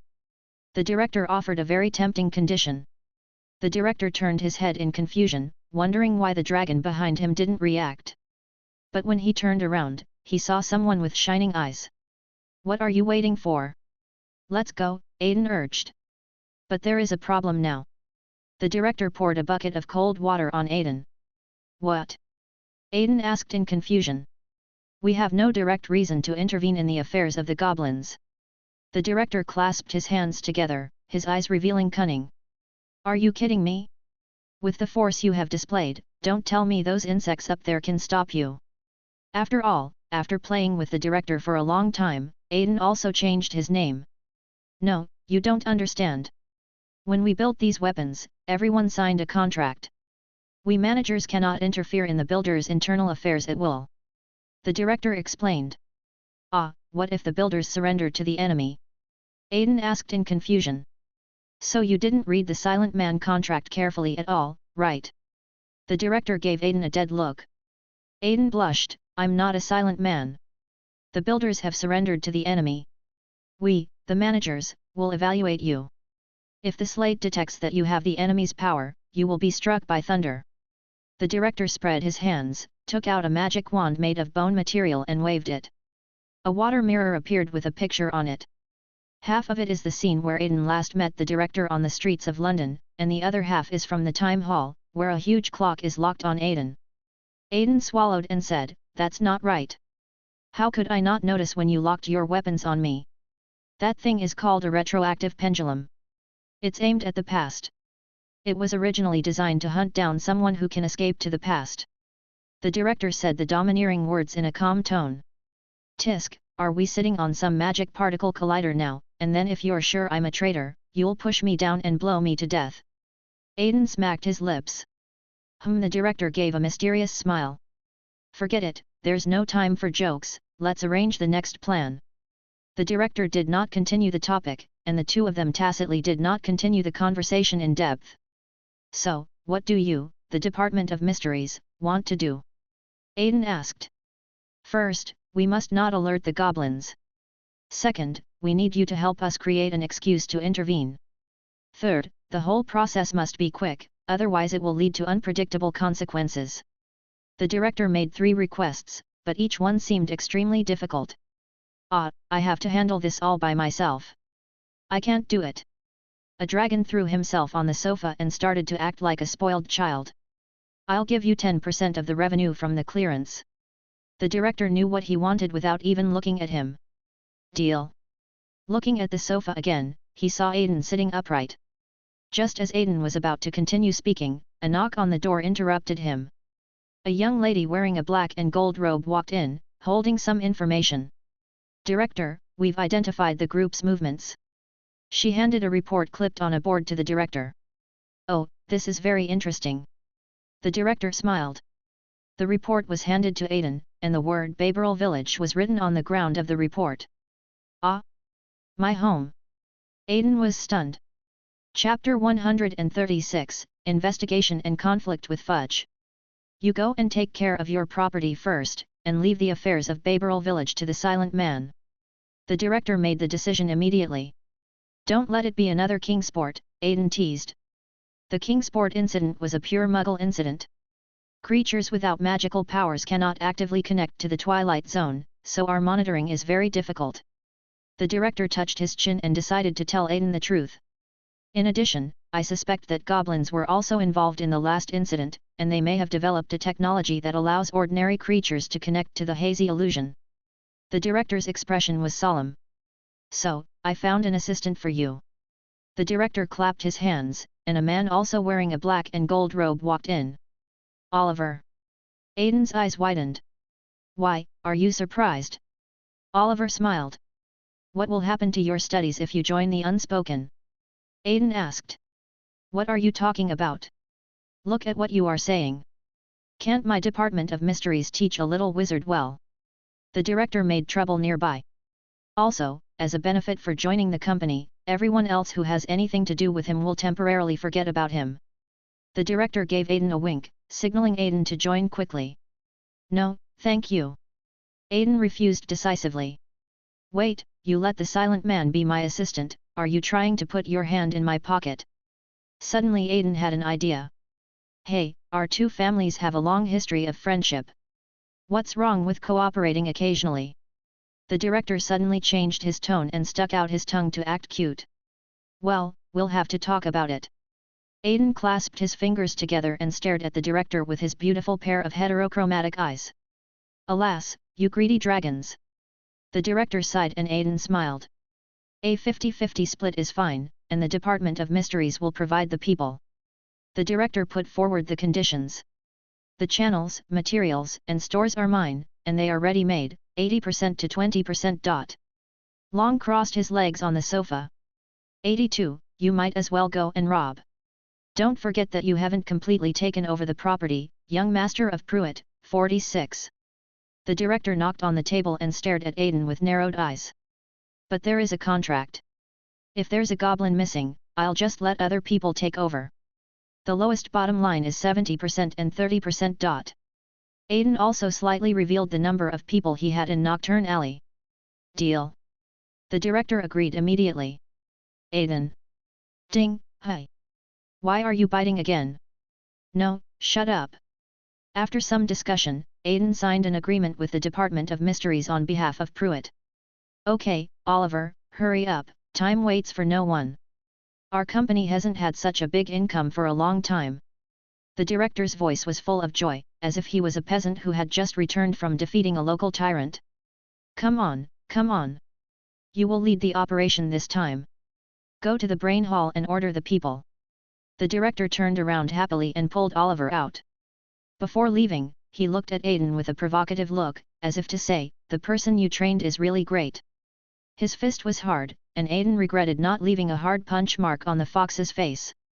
Coming out of the Department of Mysteries, Aiden was followed by a large group of people. A row of wizards in black and gold robes crowded in the elevator, scaring away people on every floor who wanted to get on the elevator. In order to highlight his aura, Aiden specially changed his robe into a black windbreaker. Under the dark clouds, the strong wind blew Aiden's windbreaker, and the hem rustled in the wind. The young master of Pruitt, along with his men, headed excitedly towards his own store. Diagon Alley, Pruitt's Alchemy Miracle Shop. When a large group of people surrounds this place, even the customers who cannot read the atmosphere well know that it is time to escape. As a result, all the customers in the Pruitt Alchemy Miracle store scattered in all directions, and some even ran away with their merchandise. But Aiden no longer has time to deal with these problems. Seal up the shop, Aiden ordered. The silent people behind him took out their wands. White light emanated from the tips of their wands, and soon a ball of light with extremely low visibility surrounded the store. Leave 2 people behind, and the others will go in with Oliver to check the accounts. If any goblins resist, arrest them. Anyone who leaks information will be executed. Aiden's voice was like a cold spring on the top of a snowy mountain. The chill blew through everyone and they immediately took action. Aiden took out a candy, opened the wrapper, and put the candy into his mouth. He let go of the wrapping paper, which fell to the ground and twisted into a single sofa. Aiden sat in front of the shop, waiting for bad customers to come. The 2 silent men standing behind him were like 2 door gods, carefully scanning the surroundings for dangerous people. Aiden, who was sitting on the sofa, felt that there were always two pairs of eyes scanning him from behind, so he turned around and said, "What do you two want to do?" Finally, the two young ladies couldn't hold back, and the image of the silent person was left behind. "Mr. Pruitt, please." One of the young ladies lowered her head shyly. "Please give us an autograph." Another young lady handed the notebook to Aiden. "Hi." Aiden never expected that this is what they wanted. "Okay." Aiden took the notebook, tore off 2 pieces of white paper from it, and signed his name. The 2 silent men who received the signatures were slightly excited, but soon returned to their previous indifference. With a flash of space, a bald man with a fat belly appeared in Diagon Alley with a goblin. He apologized to the goblins as he walked, and soon he arrived in front of the shop. When the surrounding wizards saw that there was melon to eat, they even stopped doing their business and rushed over to watch. It was Fudge who came, and he started out in a very official tone. "What on earth do you silent people want to do? Who gave you the right to act on your own without the minister's permission?" Fudge said in a powerful tone. "Do you know how much loss this kind of behavior will bring to the surrounding businesses?" Fudge waved his arms and pointed at the surrounding businesses. The 2 silent men ignored Fudge, and Fudge turned around to apologize to the goblin who was standing there in a daze. "I'm very sorry, Mr. Urs, for making a fool of myself. I will drive them away right away and make sure your people are safe." Fudge nodded and bowed. "Well, old acquaintance." Aiden spoke, attracting everyone's attention. "You, Pruitt, what exactly do you want to do? Do you want to start a war between our 2 tribes?" Urs said sternly. "Hehe, the initiative is no longer in your hands. Do you think that I am the only one left in Pruitt and there is no one to check and balance you fairies?" Aiden took off the top hat on his head, revealing a pair of sharp dragon horns. The 2 silent ladies had stars in their eyes. "Oh, so it turns out to be a hybrid with the blood of another race." Although Fudge is ignorant and weak towards others, he still dares to strike hard against wizards. Fudge was ready to receive another hypnosis at any time. The power from the Dream Walker was something Fudge could not resist. He suddenly twitched and started tap dancing. Chapter 137. Investigation completed. "Okay, shut up, you're in the way, let's talk about our business, Goblin." Aiden sat on the sofa, pushed his glasses, and his magic mixed with dragon power rushed into the sky unscrupulously. The space around them began to wrinkle, and the orlers and goblins brought by Fudge retreated subconsciously. "What are you talking about? We fairies run your shop for you, Pruitt, honestly and for free. Even if we have no credit, we have worked hard." Urs took the initiative. "Really? I remember that it was an indefinite compensation agreement signed between the goblins, who were the defeated party during the Goblin Rebellion, and Pruitt." Aiden narrowed his beautiful heterochromatic eyes. As the pressure from the surroundings grew greater, the goblins could no longer stand and fell to the ground one after another. Seeing that his first plan failed, Urs came up with another one. "My fellow colleagues from Diagon Alley, look here. This hateful Pruitt is planning to get rid of him." Urs began to roll on the ground. "His ambition is obvious. First he drives us fairies away, and then he will start to take over your business." Aiden said loudly, holding the wand against his neck. "Today, let all my colleagues here bear witness. Do you believe that I, Pruitt, will abandon the donkey after it has done its work, or do you believe that the greedy goblin bullied me because I was weak and robbed my property?" Aiden added abilities to his voice, and combined with the good reputation that the goblins had built up for themselves over the years, no one believed in goblins anymore. "Damn it, Pruitt! Let's just wait and see." Urs stood up under the pressure and prepared to leave. But the 2 silent people behind Aiden were not so easy to talk to. They took out their wands and used the petrification spell to freeze all the goblins. Kingsley Shacklebolt, the leading orler, couldn't stand it anymore and came out to dissuade them. "Okay, Mr. Pruitt, we understand your action of checking the assets, but isn't it too much to detain an innocent goblin?" Kingsley deliberately did not finish his words. As a former member of the Order of the Phoenix, he tried his best to maintain Aiden's dignity within the scope of his position. "No, that's none of my business, Mr. Shacklebolt." Aiden bowed slightly to him. One of the silent ladies stood up and said, "The affairs of goblins are now handled by the Department of Mysteries." According to Articles 12 and 13 of the Wartime Articles of the Magic Regulations, all affairs of goblins are now handled by the Department of Mysteries. The young lady's voice was efficient and cold, leaving no room for Kingsley to refuse. Ha, there is such a clause? I have been an orator for so many years, how come I don't know about it? Kingsley simply took out a booklet and prepared to read it on the spot. But what he didn't expect was that there were suddenly dozens of hidden clauses on the last page of the booklet, which were glowing at this moment. Kingsley, who has worked in the orator's office for a long time, realized that the legends he had heard from his predecessors, some hidden clauses hidden in the Wizarding Society, have been activated. He glanced at Aiden, then at the minister dancing nearby, and shook his head. Aiden understood and released the restraints on the orators. Kingsley walked over, grabbed Fudge, and said to the other orators, "Let's go, go back, this is not something we can handle." The orators then operated away.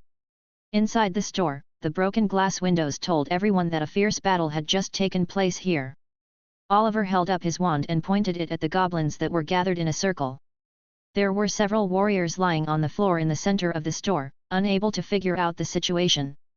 "Sir, the accounting records have been counted." A silent man handed a large stack of account books to Oliver. In the report, all the places that did not match the book were marked in red. The numbers involved were so shocking that Oliver took only one look and decided to hand this hot potato over to Aiden. Outside the shop, the isolation magic that enveloped the shop dissipated, and Oliver and his men walked out. "What's going on?" Aiden asked. Oliver didn't say anything, just patted Aiden on the shoulder, handed him a stack of account books, and left. The remaining unspoken men began to pack up the shop, seamlessly filling in the gaps left by the goblins. The whole process took no more than an hour, and Pruitt's store was open again. Aiden flipped through the account book on the spot. After a while, he took a few deep breaths. "Looking at this stuff too much is bad for your heart." Aiden sighed. Then, his figure turned into a butterfly and dissipated into the air. Ministry of Magic, Department of Mysteries, Office of the Director. Silvery white butterflies began to gather, and the director put down his pen. Looking up, he saw a pair of beautiful heterochromatic eyes staring at him. "Have you already planned this?" Aiden glared at the director, trying to put pressure on him. "Where did this talk come from? We in the Department of Mysteries do things on the basis of mutual consent. How could we scheme against others?" The director crossed his hands and rested them on his chin. Yes, the Ministry of Magic is extremely efficient, the Wisengamot is good at fighting, and we are willing to work with the Silence. We all have a bright and beautiful future." Aiden rolled his eyes. "Oh, my lovely dragon, please don't be so angry. Our department is also struggling to make ends meet. You know, the financial pressure of doing research is huge, and the insects above are not doing anything." The director cunningly changed the concept, and Aiden was too lazy to argue with him. "Stop talking nonsense. I have finished dealing with my business here. How do you deal with those ordinary people whose brains were bitten by the giant monsters?" Aiden asked. "We caught most of them, but the leader got away." The director handed the document he was just processing to Aiden. Aiden flipped it open and took a look. The document contained the leader's message. Name, Alderd Cassius Locke, age, 51. Experience, at the age of 25, he obtained a master's degree in law from the University of Oxford in the UK with honours. At the age of 30, he started his political career and was elected as a Member of Parliament in the same year. At the age of 34, he was abandoned by his financial backers for trying to fight for the rights of the lower-class residents in the Rust Belt, and finally retired from politics in disgrace. At the age of 38, he turned to anti-intellectualism and became obsessed with it. The last news was that he received financial support from an unknown person 11 years ago and began to form an organization called the Council of Attendants. This experience is a bit legendary. Is he the chosen one? Aiden touched his chin. But Long, you are really brave. You actually detained one of the leaders of the goblins. The director handed over the second document.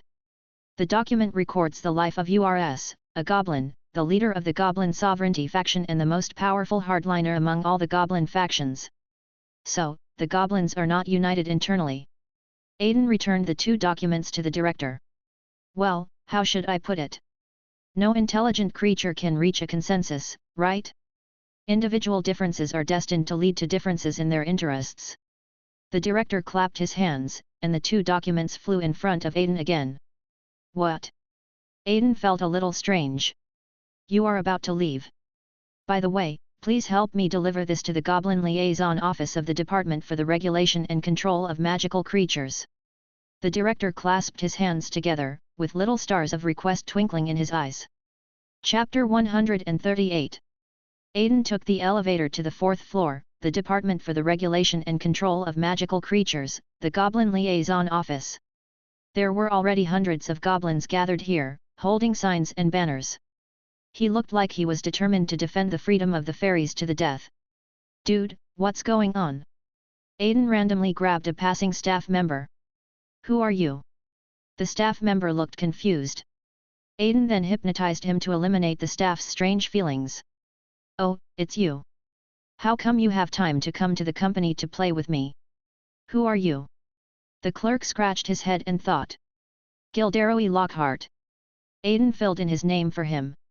Yes, I remember now, Lockhart, you haven't come to see me for a long time since you were awarded the medal. The staff member grinned foolishly. So, what's going on with them? Aiden's voice sounded a little unreal. Goblins, it's nothing more than that. They said the Ministry of Magic arrested their people and now they are protesting. I heard they are going to suspend Gringotts' business. The staff came close to Aiden, as if discussing the inside story. Is that so? If Gringotts' business is suspended, won't we suffer heavy losses? Aiden hinted. How is that possible? Not to mention the external cash flow, the wizard's own demand for commodity exchange is not that great. The staff said indifferently. I understand. Thank you. After saying that, Aiden lifted his hypnosis and handed a document to the staff member. Give this document to your director.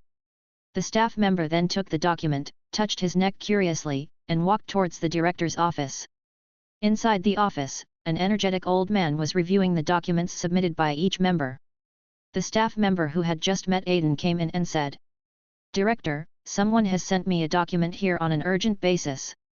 Who gave you the document? The director took the document and took a look at it, and came to a conclusion in his mind. Isn't it that? Huh? Who gave me the document? The staff member was a little confused. It's the Department of Mysteries. That's how they are, hiding their whereabouts all day long. The director of the animal department snorted. So director, what should we do? The worker asked cautiously. Humph, cooperate with them and hold back the goblin, damn it. The director seemed to be cursing someone, but the specific name could not be heard clearly. Meanwhile, Aiden heads to Diagon Alley to check out the situation. Gringotts in Diagon Alley has been closed, and the goblins have specially hung the reason for the suspension of production on the door of Gringotts. Goddamn Pruitt, he seized my money and arrested my people. As long as Pruitt is not eliminated, Gringotts will not be open for business. Aiden read out the banners hung by the goblins word for word, and then stood in the middle of the road and laughed. The boys' laughter like a clear spring echoed in the empty Diagon Alley, but no one looked at him. Afterwards, Aiden's figure slowly disappeared in front of Gringotts. When people looked at this place again, only a few butterflies were left flapping their wings. The next day, the suspension of Gringotts caused an uproar. Sure enough, the other ignorant wizards surrounded the Pruitt family's shop, and the silent man also took out his wand, and the two sides began to confront each other. Oh, what are you doing, guys? Aiden walked out gently from the group of butterflies, scanning the surroundings with his sharp dragon eyes. Several people in the crowd lowered their heads. He gave a look to the two dark wizards in charge of finance, and they quietly retreated. The Pruitt family must give us an explanation. The wizard who was in the front was impatient and asked immediately. The surrounding wizards also began to question, that's right, the bank is closed, who will be responsible for our losses? Everyone, please be patient and listen to me. Aiden spoke, his voice soothing the anger in the wizards' hearts like gentle rain. Everyone, please think carefully. Do I, Pruitt, have the ability to control Gringotts? Aiden paused, giving the wizards some time to think. My fellow countrymen, think about this. For thousands of years, we have handed over our economic lifeline to foreign races, and the goblins have made a lot of money by controlling the economy. Aiden mixed his own abilities into his own language, and his voice was like the tail feathers of a phoenix, gently stirring the hearts of the wizards. Now, the goblins only need a little rest to bring our society to a standstill. I want to ask you, is this right? The wizards who heard this began to clench their fists, their anger was aroused, and the will of anger created huge waves in the ocean of collective subconsciousness. Well, my fellow countrymen, can you tolerate the goblins sitting in the exquisite halls of Gringotts and easily controlling your hard-earned finances? Aiden's eyebrows were raised into a beautiful arc, and his fingers gently touched his face, like a devil tempting the world. Can you tolerate such a thing? Aiden said. No, I don't agree, take our wealth back. The angry wizards headed towards Gringotts. The cry of a phoenix was heard, and the corresponding person walked out of the fire. Isn't this a bit bad, my dear student? It seems that the matter in Gringotts has alarmed Dumbledore. Principal, do you know what these guys who only have greed in their heads want to do? Aiden handed the letter reserved by the director to Dumbledore. Dumbledore took the letter and began to read it, his eyes becoming more serious. Is the source of the information reliable? He asked. You don't trust the Department of Mysteries? Aiden asked. Well, go ahead and do it. I won't get involved this time. I'll handle the International Confederation of Wizards. After saying this, Dumbledore was taken away by the Phoenix. As soon as Dumbledore left, Mr. and Mrs. Weasley arrived. Mrs. Molly rushed over and pulled Aiden into her arms. Aiden, my child, are you okay? Let's go home. We won't get involved in this damn thing. Mrs. Molly pulled Aiden towards the fireplace without saying a word. Aiden, are you okay? I heard the goblin is having trouble with you. Do you want me to take action? Arthur also spoke, and it was the first time Aiden noticed ruthlessness in his eyes. No, it's all right now, Uncle and Aunt. Look, the wizards outside have gone to cause trouble for the goblins. Aiden pulled open the curtain of the shop. The outside of the house was a bit messy, but there were no wizards surrounding it anymore. Tell me clearly, what's going on? Mrs. Molly, relieved to see that Aiden's crisis had been resolved, asked. And, the goblins want to repeat the rebellion. Aiden said solemnly. How dare they? They thought Pruitt. Mrs. Molly looked dejected halfway through her words. So, how are you going to deal with the long-awaited alliance between Pruitt and Weasley? Arthur's face was full of joy. Chapter 139. Aunt Molly reached out and grasped Arthur's waist, twisting it hard. Arthur's excited face immediately shrank at a speed that was jaw-dropping. Don't even think about doing anything dangerous under my nose. Mrs. Molly threatened word by word. But Aunt, if we leave the goblins alone, won't they eventually become a threat to us? Think about Ronnie and Ginny. But this is a wizard's business. Why should my husband and children bear the responsibility? This damn goblin! Tears welled up in Mrs. Molly's eyes. Molly, remember what we said when we got married, when destiny comes I will not resist it. Arthur hugged Molly tightly. The couple had experienced ups and downs over the past few decades, but their love remained strong. Go, go. I am so unlucky in this life that I have met people like you. Go to your destiny. Mrs. Molly wiped away her tears and pushed Arthur and Aiden. The two, one big and one small, smiled at each other and set off on their journey with the blessings of their loved ones. Walking out of the store, Aiden asked Arthur a question. Uncle, how did Weasley deal with the goblins back then? We, Pruitt, can enter the goblins' lair and fight them head-on, so what is Weasley responsible for? Arthur did not directly answer Aiden's question, but waved his hand and said, Come on, I'll take you to see it. Then he took Aiden to the Ministry of Magic, and inside the ministry, Arthur took him to his office. Arthur rummaged around in the office, which was full of clutter, and finally found a suitcase among the pile of clutter. Remember the enlarged seamless stretching charm box I asked you for last year? Said Arthur. Remember, you asked me to make a suitcase that could accommodate the burrow. Aiden tilted his head. Come on, kid, I'll show you Weasley's trump card. Arthur led Aiden into the suitcase, and inside the suitcase, in the center of the wide space was a brand new furnace. Furnace? Aiden looked at Arthur in confusion. This is the secret of the Weasley family's ability to fight against goblins. It is the culmination of the Weasley family's alchemy, the automated smelting furnace. Arthur showed off to Aiden. You guys invented an automated device thousands of years ago that could smelt metals of comparable quality to goblin metals. Aiden took a deep breath and felt that Weasley's ancestor was simply a genius. Where do you think we got the mithril? We can't expect goblins, a race that covets even the sword of Gryffindor, to give us the formula.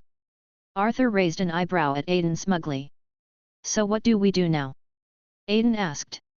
Of course, we will reproduce the traditional arts of our two families. Weasley will be responsible for the production, and Pruitt will assist in sales and conquest. Arthur's ambition began to burn, and he wanted to recreate the great achievements of the ancestors of the two families in the war. That's really great. A discordant voice interrupted. The two looked back and saw a man in a platinum robe appearing there. Tisk, why are you here again? Aiden clicked his lips. Don't be like this, cute dragon, let's all be good friends, okay? The director said in a childish tone. Aiden, who is this? Arthur asked. Look at me, really, it's been a long time since I last greeted you, Director Weasley, I'm the director of the Department of Mysteries.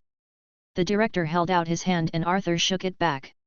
As for age and name, that's a secret that can't be told. The director winked at Arthur. Hello, Mr. Director, it's an honor to meet you. Arthur made social remarks. Oh, don't be so polite. The Department of Mysteries has already reached a cooperation with Pruitt. Since Weasley is planning to make a comeback, could we let him give us some advice? The director winked at the two of them. Where did you come from as a capitalist? Why do you want to get your hands on everything? Aiden complained. Oh, isn't it? When you take over my position, you will know how difficult it is to be a department leader. The director deliberately took out a handkerchief and wiped away his non-existent tears, and Arthur nodded with deep understanding. Don't agree with him, Uncle, we are on the same side. Aiden reminded in time. Arthur, who was awakened by the shock, stood next to Aiden with an expression of shared hatred against the enemy. Okay, we are involved in the operation of your store. What difference does it make if there are 2 companies or 3 companies working together? The director played with his fingers. Okay, you join us, and we'll use your names when we take action. Aiden's eyes rolled and a plan came to mind. That won't do.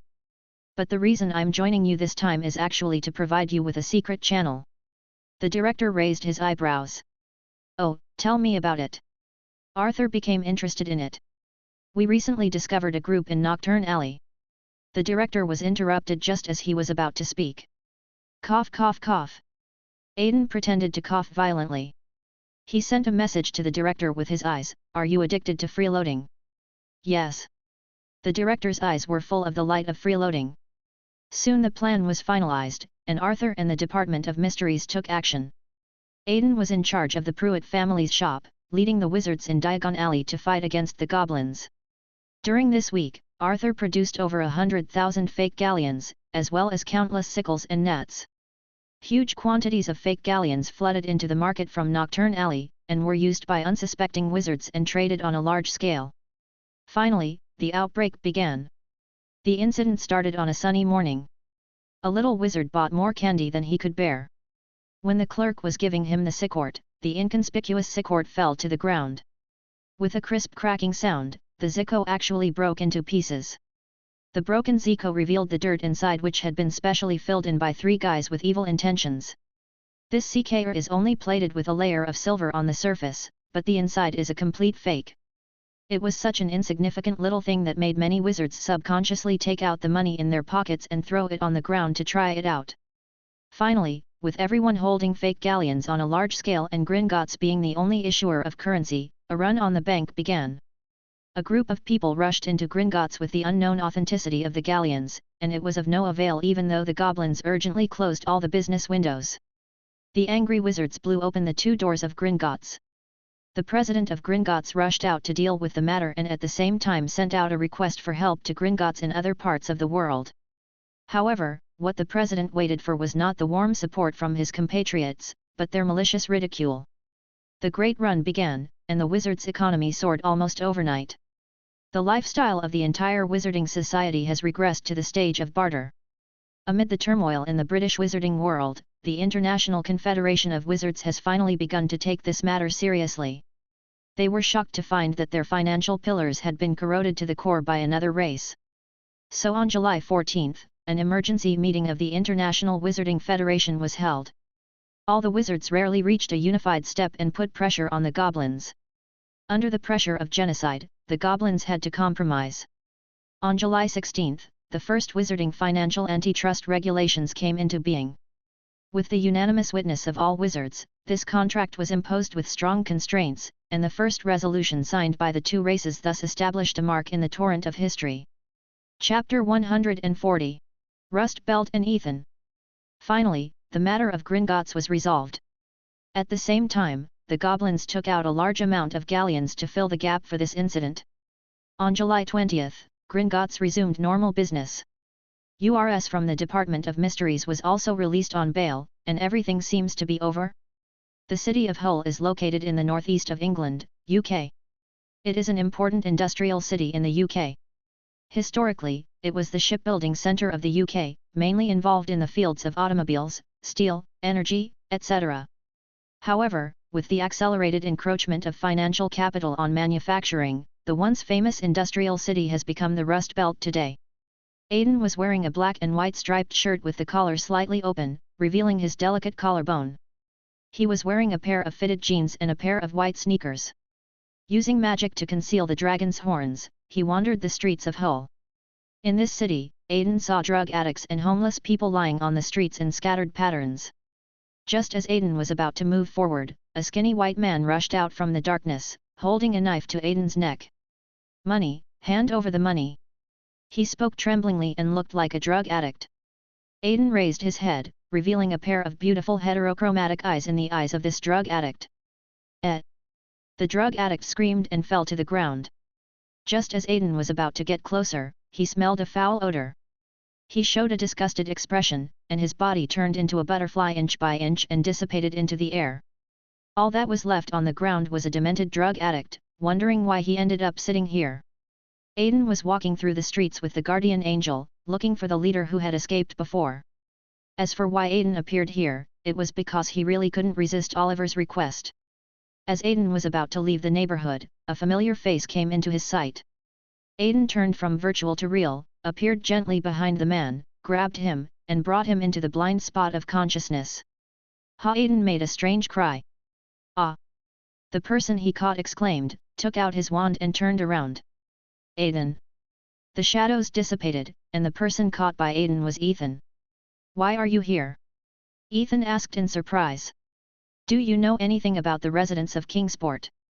Aidan asked. I heard from Edmund. He was sacrificed by a cult." Ethan said, suddenly reacting, "Are you trying to say that the cult is nearby?" "Very close.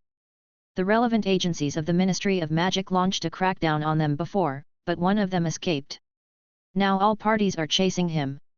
Aidan selectively tells Ethan some news. "By the way, since you live here, do you know anything about the religion around here?" After hearing what Aidan said, Ethan had a complicated expression on his face. "Hey, come with me, let's go to my house first." Ethan took Aidan back to his home. Ethan took Aidan across a few blocks and an ordinary little house appeared in front of them. Pushing the door open, Ethan walked in. "Mom, I met my classmate on the street and brought him over as a guest." Ethan shouted into the house. There was a sound of dishes colliding in the kitchen, and soon a housewife with ordinary looks came over. "Oh, Ethan baby, is this your classmate? He's so cute." The housewife held out her hand to Aidan and said, "Hello, I'm Ethan's mother, Renee Beckett." "Hello, Ms. Beckett." Aidan performed an ancient wizard etiquette towards Renee. "Oh my god, it seems that your classmate comes from an extraordinary family." Lenny teased Ethan. "Stay at my house tonight, Aidan. You can also ask my father anything you want to know," Ethan suggested. Since there was no leader at the moment, Aidan had no choice but to agree. At this moment, there was a flash in space, and Oliver, wearing a black and gold robe and a hood, appeared beside Aidan. "Aidan, who is this?" Ethan looked at the face under the hood and felt it was very familiar, but he couldn't remember who it was. "Well, this is the unspeakable. The source of our mission this time is the Department of Mysteries." Aidan introduced. "What? Department of Mysteries?" Renee suddenly became interested. She walked up and watched Oliver for a long time, but she couldn't see anything. I could only say angrily, does the Department of Mysteries like to recruit such young children now? No, ma'am, the only requirement for recruitment in the Department of Mysteries is a good match, nothing else, Oliver explained mysteriously. Well, it doesn't matter if there's one more person. This is my first time entertaining an unspoken man anyway. It seems that Ethan's mother is a very cheerful lady. That night, Ethan's father drove home and found two strangers sitting on the sofa. Lenny, darling! He called, leaning against the wall. What's wrong, Bowen? I told you not to get startled at home. Lenny was called out of the room. Seeing her husband huddled against the wall in fear, she laughed out loud. Oh, Bowen, I told you not to be afraid, there aren't that many dangerous wizards now. Renee went up to her husband and gave him a kiss, without paying any attention to the three little wizards present. Aiden cast a playful look at Ethan, who blushed and lowered his head. At dinner, at the table, Mr. Bowen, who was afraid of Oliver's identity as a silent man, could only pester Aiden with questions. Oh, kid, let's talk about what life is like as a wizard. Do you go to school on a flying carpet every day? Aiden confirmed again and again that the familiar voice was not that of his uncle, and nodded. Flying carpets were popular for a while, but were later banned by the Ministry of Magic on the grounds that they were unsafe to operate. Oh, this is really great. When I was a kid, I always dreamed of riding a flying carpet to school one day, ha ha ha. Bowen Beckett smiled cheerfully. Mr. Beckett, we have something to ask you. Aiden became serious. Oh, yes, please. Bowen picked up a sandwich and stuffed it into his mouth. Excuse me, are there any cults around here? Aiden asked. Hee, what did you say, cult? Bowen was shocked. Yes, there is a group of dangerous people related to the wizarding world who have formed a cult and are now roaming around here. Aiden's words were a mixture of truth and lies, and he always used his ability to sense Bowen. If you're talking about a new cult that has recently arrived, it might not be a big deal. But 2 years ago, there seemed to be an inexplicable wave of anti-intellectualism here. Mr. Bowen recalled and spoke. A wave of anti-intellectualism. Aiden felt that this was unusual. Yeah, you know, oh sorry I forgot you're a wizard. It's like this, as we are in the Rust Belt, after the decline of the manufacturing industry here, a large number of unemployed people have emerged. Bowen was about to ramble on, but was interrupted by Aiden. There's no need to explain this, Mr. Bowen. I know about this. I'm quite knowledgeable about muggles. Aiden pushed up his monocle, and the aura of a top student surrounded him. Mr. Bowen, who was intimidated by the aura of the academic master, seemed to click his tongue softly and continued. In short, there are a lot of drug addicts, homeless people, and criminals here. If it's a cult, they can just use some food to lure them in and form a huge force. Do you know where they are stationed? Aiden asked. Well, probably in the northern suburbs, around Pearson Park, for example. Mr. Bowen stroked his chin in thought. Oliver stood up and walked out. What is he doing? Mr. Bowen was a little confused. Well, there's something urgent at home. You guys take your time eating. I have to go see him. Also, please stay home for the next 2 days. Don't go. Aiden also stood up, and before leaving, he gave serious instructions. Chapter 141, Escape and First Fight. The northern suburbs of Hull, around Pearson Park. A little wizard in a black robe came here with a magic wand in hand. In a secluded place in Pearson Park, groups of homeless people and drug addicts knelt on the ground, seemingly praying to something unknown. Oliver's eyes turned red when he saw such a ceremony. He rushed forward and kicked down several people. The person he kicked down got up tremblingly and knelt back to his original position.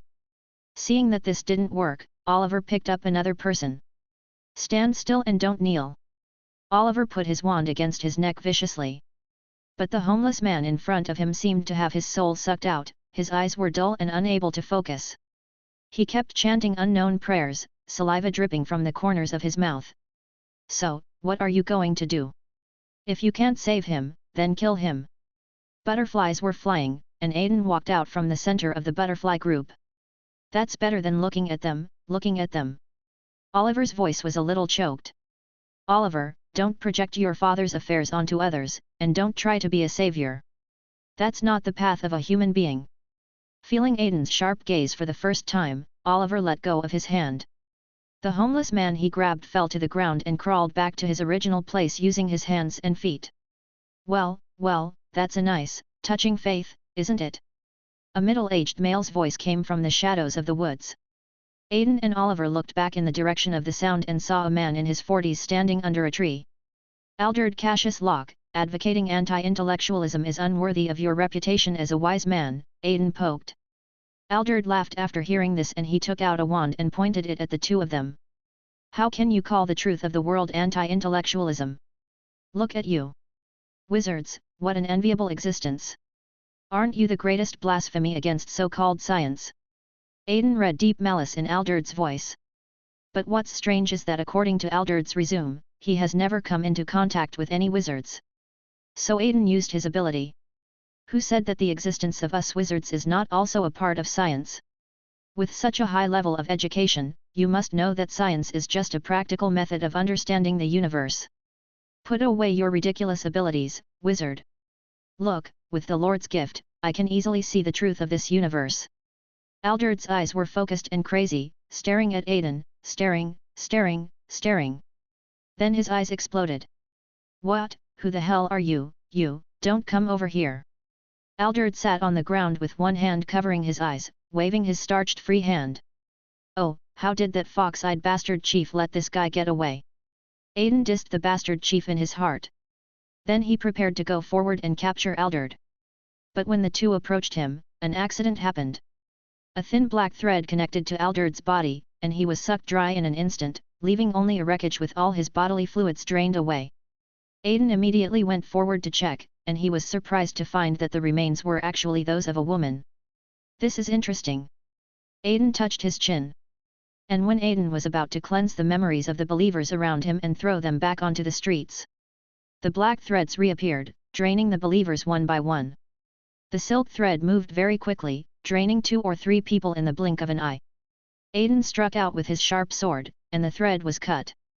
It seemed that some creature in the void howled in pain. Soon, the howling faded away. Escaped. Aiden thought. Oliver, tell someone to erase the memories of these people and throw them back onto the street, Aiden ordered. Then he stepped forward, used his magic wand to make the section of silk thread he had cut float up, and put it into a glass bottle. Oliver took out a small black box, opened it, took out a small piece of glass from the box and threw it on the ground. Aiden felt the crisp sound of the glass bottle breaking spread far away. Then, a large number of silent people rushed to the scene. Clear their memories, the highest level of clearing. Oliver said to everyone. The silent people received the news and took action. Soon, the ground was covered with homeless people and drug addicts with smooth brains. Under the operation of the wizards, they lined up to leave the park. Aiden returns to the Department of Mysteries with the unspeakable. The director had been waiting in the hall for a long time. So, he got away, careless dragon. The director leaned on a sofa that was specially placed here for him and arched his back. Hey, can you blame me for this? You clearly knew his abilities, so why didn't you inform me? Aiden didn't indulge the director. I didn't expect you to catch him. The director put the straw into the Coke bottle and started drinking. Then why did you inform us of this news? Aiden was a little surprised. I originally wanted to let the new cutie experience our corporate culture and give him a little pleasure of revenge. But I didn't expect that the muggle was so bold as to spy on your true nature. The director finished drinking the Coke and let out a long breath. Then may I ask what new arrangements our powerful director has made?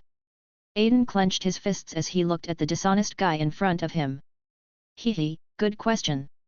The director clapped his hands and a projector rose from the ground. Projector? Aiden asked doubtfully. The director looked at him meaningfully and started to operate randomly. As the projector starts up, the image is projected onto the wall. First of all, we've found out that those bastards uploaded their real selves. The projector switched its screen to show a place Aiden had been to before Avalon.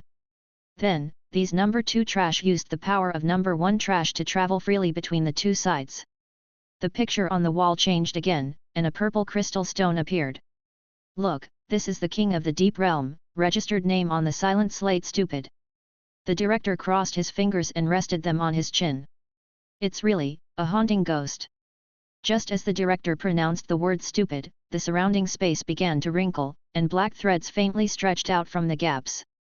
With a bang, a horse neighed and a silver unicorn rushed out. As the unicorn ran in the hall, the black threads melted away and the wrinkles in the space gradually subsided. Is this, the patroness charm? Aiden recognized the spell. Of course, the patroness is also our antidote to madness, the ancient and powerful white magic. The silver unicorn ran back and rubbed against the director affectionately. If it weren't for this spell, we would have become their playthings long ago. Moreover, the patroness was once the bridgehead of our attack. Haven't you experienced this? The director narrowed his eyes and said something suggestive. He patted the unicorn's neck, then cut off the magic supply, and the unicorn dissipated in the air. Aiden was silent for a while, then took out a bottle of silk thread from his pocket and threw it over. The director took the bottle and said, "Fresh silk thread, maybe we can research something." Then he turned and one of the doors in the hall opened, and Aiden glanced in and vaguely saw a number of brains behind them. When Aiden wanted to take a closer look, the door suddenly slammed shut. Chapter 142. Professor Flitwick arrives to help. The next day, Aiden opened his eyes in the silent man's dormitory in a daze, and a silver unicorn appeared in front of him. For some reason, Aiden always sensed playful looks from the unicorn. He threw back the covers and sat up, and the unicorn asked, "Did you sleep well?" "Not good at all," Aiden muttered. "Anyway, you can't blame us for not sleeping well. If you want to blame someone, blame the Ministry of Magic for not allocating funds." It was as if the unicorn was actually talking to Aiden. "I give up. Do you need a prophecy to send a message?" Aiden stood up and started to change his clothes. The unicorn guardian seemed not to notice the beautiful scenery in front of him and continued talking to himself. "We analyzed the thread you brought back. According to our speculation, this is a creation of the partial integration of the King of the Deep and Avalon." "So what?" Aiden put on the last piece of clothing and walked out. The unicorn followed Aiden and said, "We have hired an outside player. I believe you will get along well with him." After saying that, the unicorn disappeared into the air due to being cut off from its magic power supply. Knock knock. Aiden knocked on the door of the director's office and it opened automatically. "Hey, Long, you're here. You seem to be adapting well to the life of the Silent Ones. Why don't you join us?" The director was sitting at his desk. When he saw Aiden coming, he smiled brightly. But unfortunately, with his fox eyes, his smile seemed extremely cunning. "No consideration, thank you. So, where is the foreign aid you mentioned?" Aiden asked, and the director raised his hand to look at the mechanical watch on his hand and said, "Calculating the time, it's almost time." As soon as he finished speaking, there was another knock on the door. As the door opened, a short half-elf with a white beard walked in. "Professor Flitwick." Aiden recognized the person. "Oh, it's Aiden, why are you here too?" Professor Flitwick asked a little confused. "Mr. Flitwick has already stepped onto the slate, you can chat with him without worry." The director also added at the right time. "Well, my dear student, would you like me, your teacher, to understand your current situation?" Professor Flitwick looked at Aiden, trying to find something extraordinary in his student. Could it be that the spell has a miraculous effect on the things down there? Professor Flitwick, who didn't get an answer, began to have wild thoughts. "Oh, it's a headache. Please explain it to the professor." Aiden was embarrassed, feeling like he was caught fooling around by the teacher, so he could only throw the question to the director. "Well, Mr. Flitwick, you should know that Pruitt was once the vanguard of the attack on goblins." The director saw that Long was in a bad mood, so he had to smooth his scales to prevent him from going on strike completely. "Yes, I have heard about it, but Aiden is too young now. How can we send a child to the battlefield?" Although Professor Flitwick had heard of Pruitt, he was still worried about his young student. No, that's because you don't know the details. Aiden must have some strengths to be a pioneer, right?" The director clasped his hands together, glanced at Aiden who was lying on the sofa, and continued. "And our main goal this time is to take control of Avalon. There's no need to fight head-on with the King of the Deep, who is an indestructible creature." After hesitating for a while, Professor Flitwick finally stopped talking and nodded. Okay, let's discuss the battle plan. When the director saw Professor Flitwick let go, he quickly threw out the plan. First, we need Mr. Flitwick to serve as the passage to Avalon. Then the Unspeakables will be responsible for setting up a bridgehead on the outer layer of Avalon. Finally, the Sharp Knife Squad will take back control of Avalon. The director's tone was relaxed and simple, as if this plan was as easy as getting a bottle of Coke from the refrigerator. Well, all right, let's proceed according to your plan. Professor Flitwick nodded in agreement. The plan was finalized, and the director led a group of people to the big brain hall. There are already many silent people wearing black and gold robes waiting here. Oliver is here too, and he seems to be putting on his equipment. You are Oliver, a student from Ravenclaw. No, how could I have forgotten you before? Professor Flitwick, who was also on the slate, finally remembered his own students. Professor, it's an honor to fight alongside you. Oliver smiled. No, you joined the Unspoken People, so what about your studies? Professor Flitwick is an educator after all, and this is what he focuses on first and foremost. Professor, no one remembers Oliver anymore except us, Aiden came up and explained. This is ridiculous. How could you allow a child to enter this place? Are you the Silent People, this kind of organization? An organization that specifically sends children to the battlefield. Professor Flitwick was enraged. It was the first time that Aiden saw the usually amiable Dean get so angry. Mr. Flitwick, you must know that the Unspoken never force anyone to join. The Unspoken only contribute voluntarily. The director's wand slid out of his sleeve and waved it. A transparent blue list appeared in the air, with a lot of names recorded on it. Take a look at this list of sacrifices. Every silent person will use magic to leave a mark on it before setting off. The list floated in front of Professor Flitwick, and Professor Flitwick could feel the determination coming from it without having to investigate it specifically. How long has this been going on? Professor Flitwick's voice trembled a little. Since wizards founded civilization, sir. And this list only records wizards in Britain. After listening to the director's words and looking at the endless list, Professor Flitwick fell silent. But I also want to apologize to you, sir. It is our incompetence that has caused your students to follow us into the battlefield. I am truly sorry. The director bowed deeply to Professor Flitwick, and the atmosphere on the scene became solemn. Okay, let's stop with the heavy topic and start the fun preparation time. The director suddenly changed his tone. Is he like this often? Professor Flitwick asked Oliver quietly. Yes, maybe he is too old. The old man in the department said that he and Dumbledore were from the same era. Oliver also leaned close to Professor Flitwick's ear, looking gossipy. Hey, those two over there, are you saying bad things about me? The director finished his tantrum and returned to normal. Stop kidding, tell me how you plan to send so many people to Avalon. Aiden, who couldn't stand it any longer, stepped out to stop it and brought the topic back on track.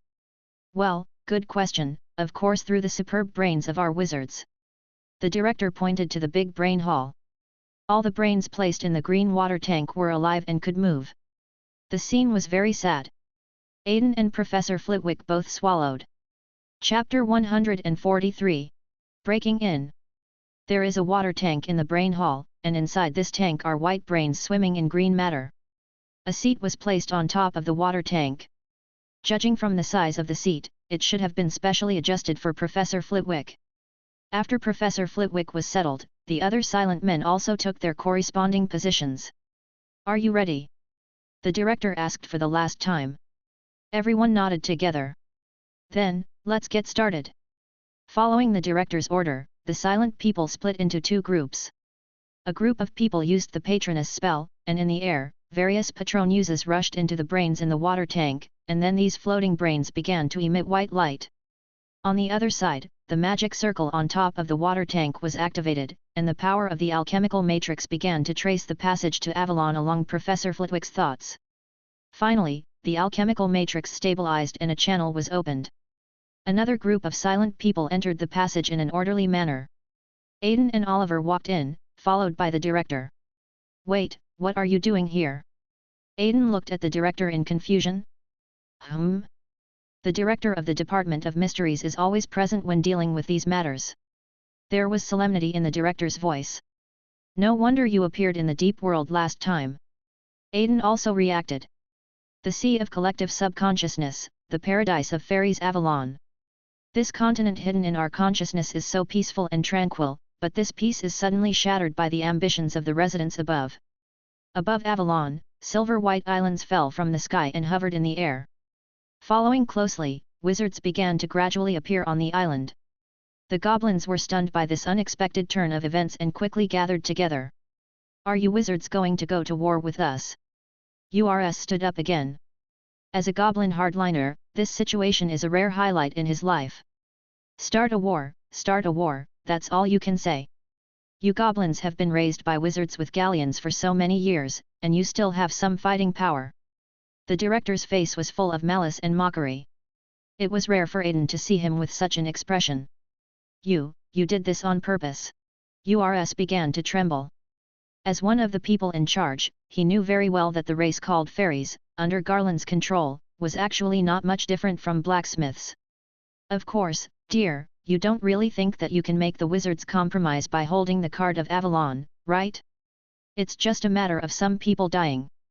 When has the human race ever been afraid of sacrifice?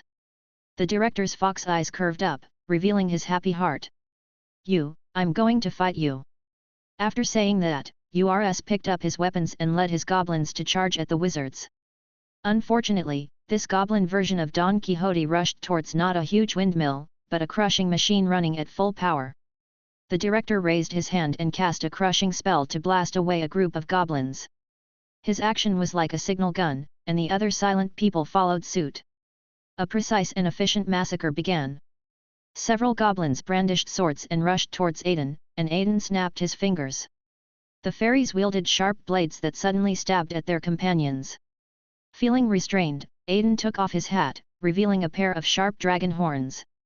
Suddenly, the goblins' morale dropped, and some of them began to flee, abandoning their weapons and armor. Wow, is this Pruitt? Love it, love it. The director's mean voice came from behind Aiden. What did our ancestors do back then to make these goblins so scared? Aiden asked, puzzled. Hehe, you guys killed so many people back then that you didn't even leave any records for the younger generations for the sake of your family's glorious image. The director's voice was filled with joy, as if he was saying, beg me, and I will tell you. You love to talk but don't talk. Aiden turned around and was about to leave, leaving the director with a gloomy face as he tried to express himself but couldn't get his words out. The goblins' courage only lasted for a very short time, and soon all the goblins, no longer daring to resist, fell to the ground. Urs was tied up by the wizards and thrown in the middle. Don't you want to get rid of him? Aiden asked. No, we need to set an example for other creatures. The director shook his head, but a stern look appeared in his eyes. And killing the goblins here only destroys their minds. The real trouble is the subsequent handling. The director said again. He clapped his hands, gathered the unspoken ones together, and said. Okay, some of you stay here to watch over the goblins, and the rest of you follow me to find control of Avalon. Bah, you still want to find control of Avalon? It's impossible, ha ha ha. Urs, who was trapped on the ground, laughed. The director's hand stretched out from the sleeve of his robe and squeezed Urs. Urs flew up, and the chief's hand was around his neck. Legilimency was activated, and Urs's mind was forcefully breached. After the director finished reading the information he needed, he threw Urs out and smashed him to the ground. Tisk tisk, this reading is too crude. The dream walker next to him commented sharply. There's not enough time to do the detailed work, and we might be in trouble. The director glanced at Aiden. What's wrong? Aiden asked. They stuffed Avalon's control center into the King of the Deep. The director's eyes were solemn. Upon hearing the news, everyone present was stunned. No, how dare they, aren't the fairies afraid of being assimilated, is there really someone stupid enough to want to join the stupidity? The silent people began to discuss at once. So what should we do? Aiden looked at the director. The director thought for a while and decided to move on. He said. All goblins will be executed on the spot. The situation has deteriorated and we cannot afford to disperse our forces. Hearing the director's order, all the silent people raised their wands at the same time. The next second, lights of various colors intertwined here, and soon there was not a single goblin left. No, Aiden Pruitt. The director called Aiden's full name with difficulty. Hey, you're not. Aiden also felt the director's seriousness. You didn't join the Unspeakables, so please leave. At the same time, if neither of us can return, please become the head of the Department of Mysteries and take over my duties, please. The director looked at Aiden seriously and spoke word by word. Hey, do you think I am the kind of person who is afraid of death? Aiden rolled his eyes. No, but we need to keep hope, said the director. I hope, Aiden murmured. Then he took out his long staff and waved it. A silver-white dragon appeared here, picked up Oliver and started flying out. Aiden Pruitt, I'm not done with you. Oliver's voice came from the sky and soon disappeared. Well, I hope so. Aiden shrugged. Why would you go to such lengths? The director was puzzled. Of course, it's because what the fairies develop can become the cornerstone of my blueprint. An aggressive smile appeared on Aiden's delicate face. Haha, you guys are really hopeless. A complicated look appeared in the director's eyes, as if he remembered someone. On July 15, at 00, in the afternoon, the Department of Mysteries' battle against the Lord of the Deep officially began. Chapter 144, Crusade and Follow-Up. Department of Mysteries, Records of the Deep Lord's Subjugation. At 15 hours and 1 minute, the director of the Department of Mysteries led a team into the deepest part of Avalon and officially came into contact with the King of the Deep. 15 hours 2 minutes and 4 seconds, the King of the Deep and Avalon merged, the passage to the second layer of the deep, the Sea of Embers, was opened, and the deep began to float up. 15 hours 2 minutes and 24 seconds, the Silent Man, Charles Barnett, confirmed sacrifice, the Deep World Passage has been destroyed. At 15 hours 3 minutes and 13 seconds, the director and joined forces to severely damage the King of the Deep Realm. 15 hours 3 minutes and 17 seconds, the rebirth of the King of the Deep is complete. 15 hours 4 minutes and 12 seconds, the Silent Man. Kiddo Alfred, sacrifice confirmed, the passage between Avalon and the real world is opened. At 15 hours 4 minutes and 35 seconds, the alchemical arcana was overloaded, successfully ejecting a large amount of matter into Avalon. 15 hours and 5 minutes, the director was seriously injured, the Silent Man. Hudson Gregg, was confirmed dead, and the King of the Deep was seriously injured again. 15 hours 5 minutes and 20 seconds, the King of the Deep is reborn, and the alchemical secret ritual is completely destroyed. At 15 hours 5 minutes and 32 seconds, the emergency plan of the Department of Mysteries was activated, the retroactive pendulum was activated, the arcane ritual was repaired, and the King of the Deep fell into weakness again. At 15 hours 5 minutes and 50 seconds, destroyed the core of the King of the Deep for the third time. The Starry Sky Hall's Starry Sky Annihilation Matrix was activated, and most of the remains of the King of the Deep were annihilated. At 15 hours 6 minutes and 20 seconds, the integration of the King of the Deep and Avalon was broken, the core had been contained, and the remaining poison, Alderd Cassius Locke, fled with the fragments of the King of the Deep. At 15 hours and 7 minutes, took out the control center of Avalon from the core of the King of the Deep, and the crusade ended. In the basement treatment room of the Department of Mysteries, the victorious group looked extremely miserable. Aiden's dragon horn and wings were broken on one side each. He seemed to have double vision and it seemed that he had a concussion. The other silent men were also injured. The director's limbs were beaten into jerky pieces, and it was Aiden who carried him back. The atmosphere in the medical room was somewhat depressed. The director smiled and encouraged everyone. Look at it calmly, everyone. At least we are alive, right? Only by living can we have a tomorrow and remember those who sacrificed. Aiden ignored the director because he had just drank the potion and was regenerating where he was left off.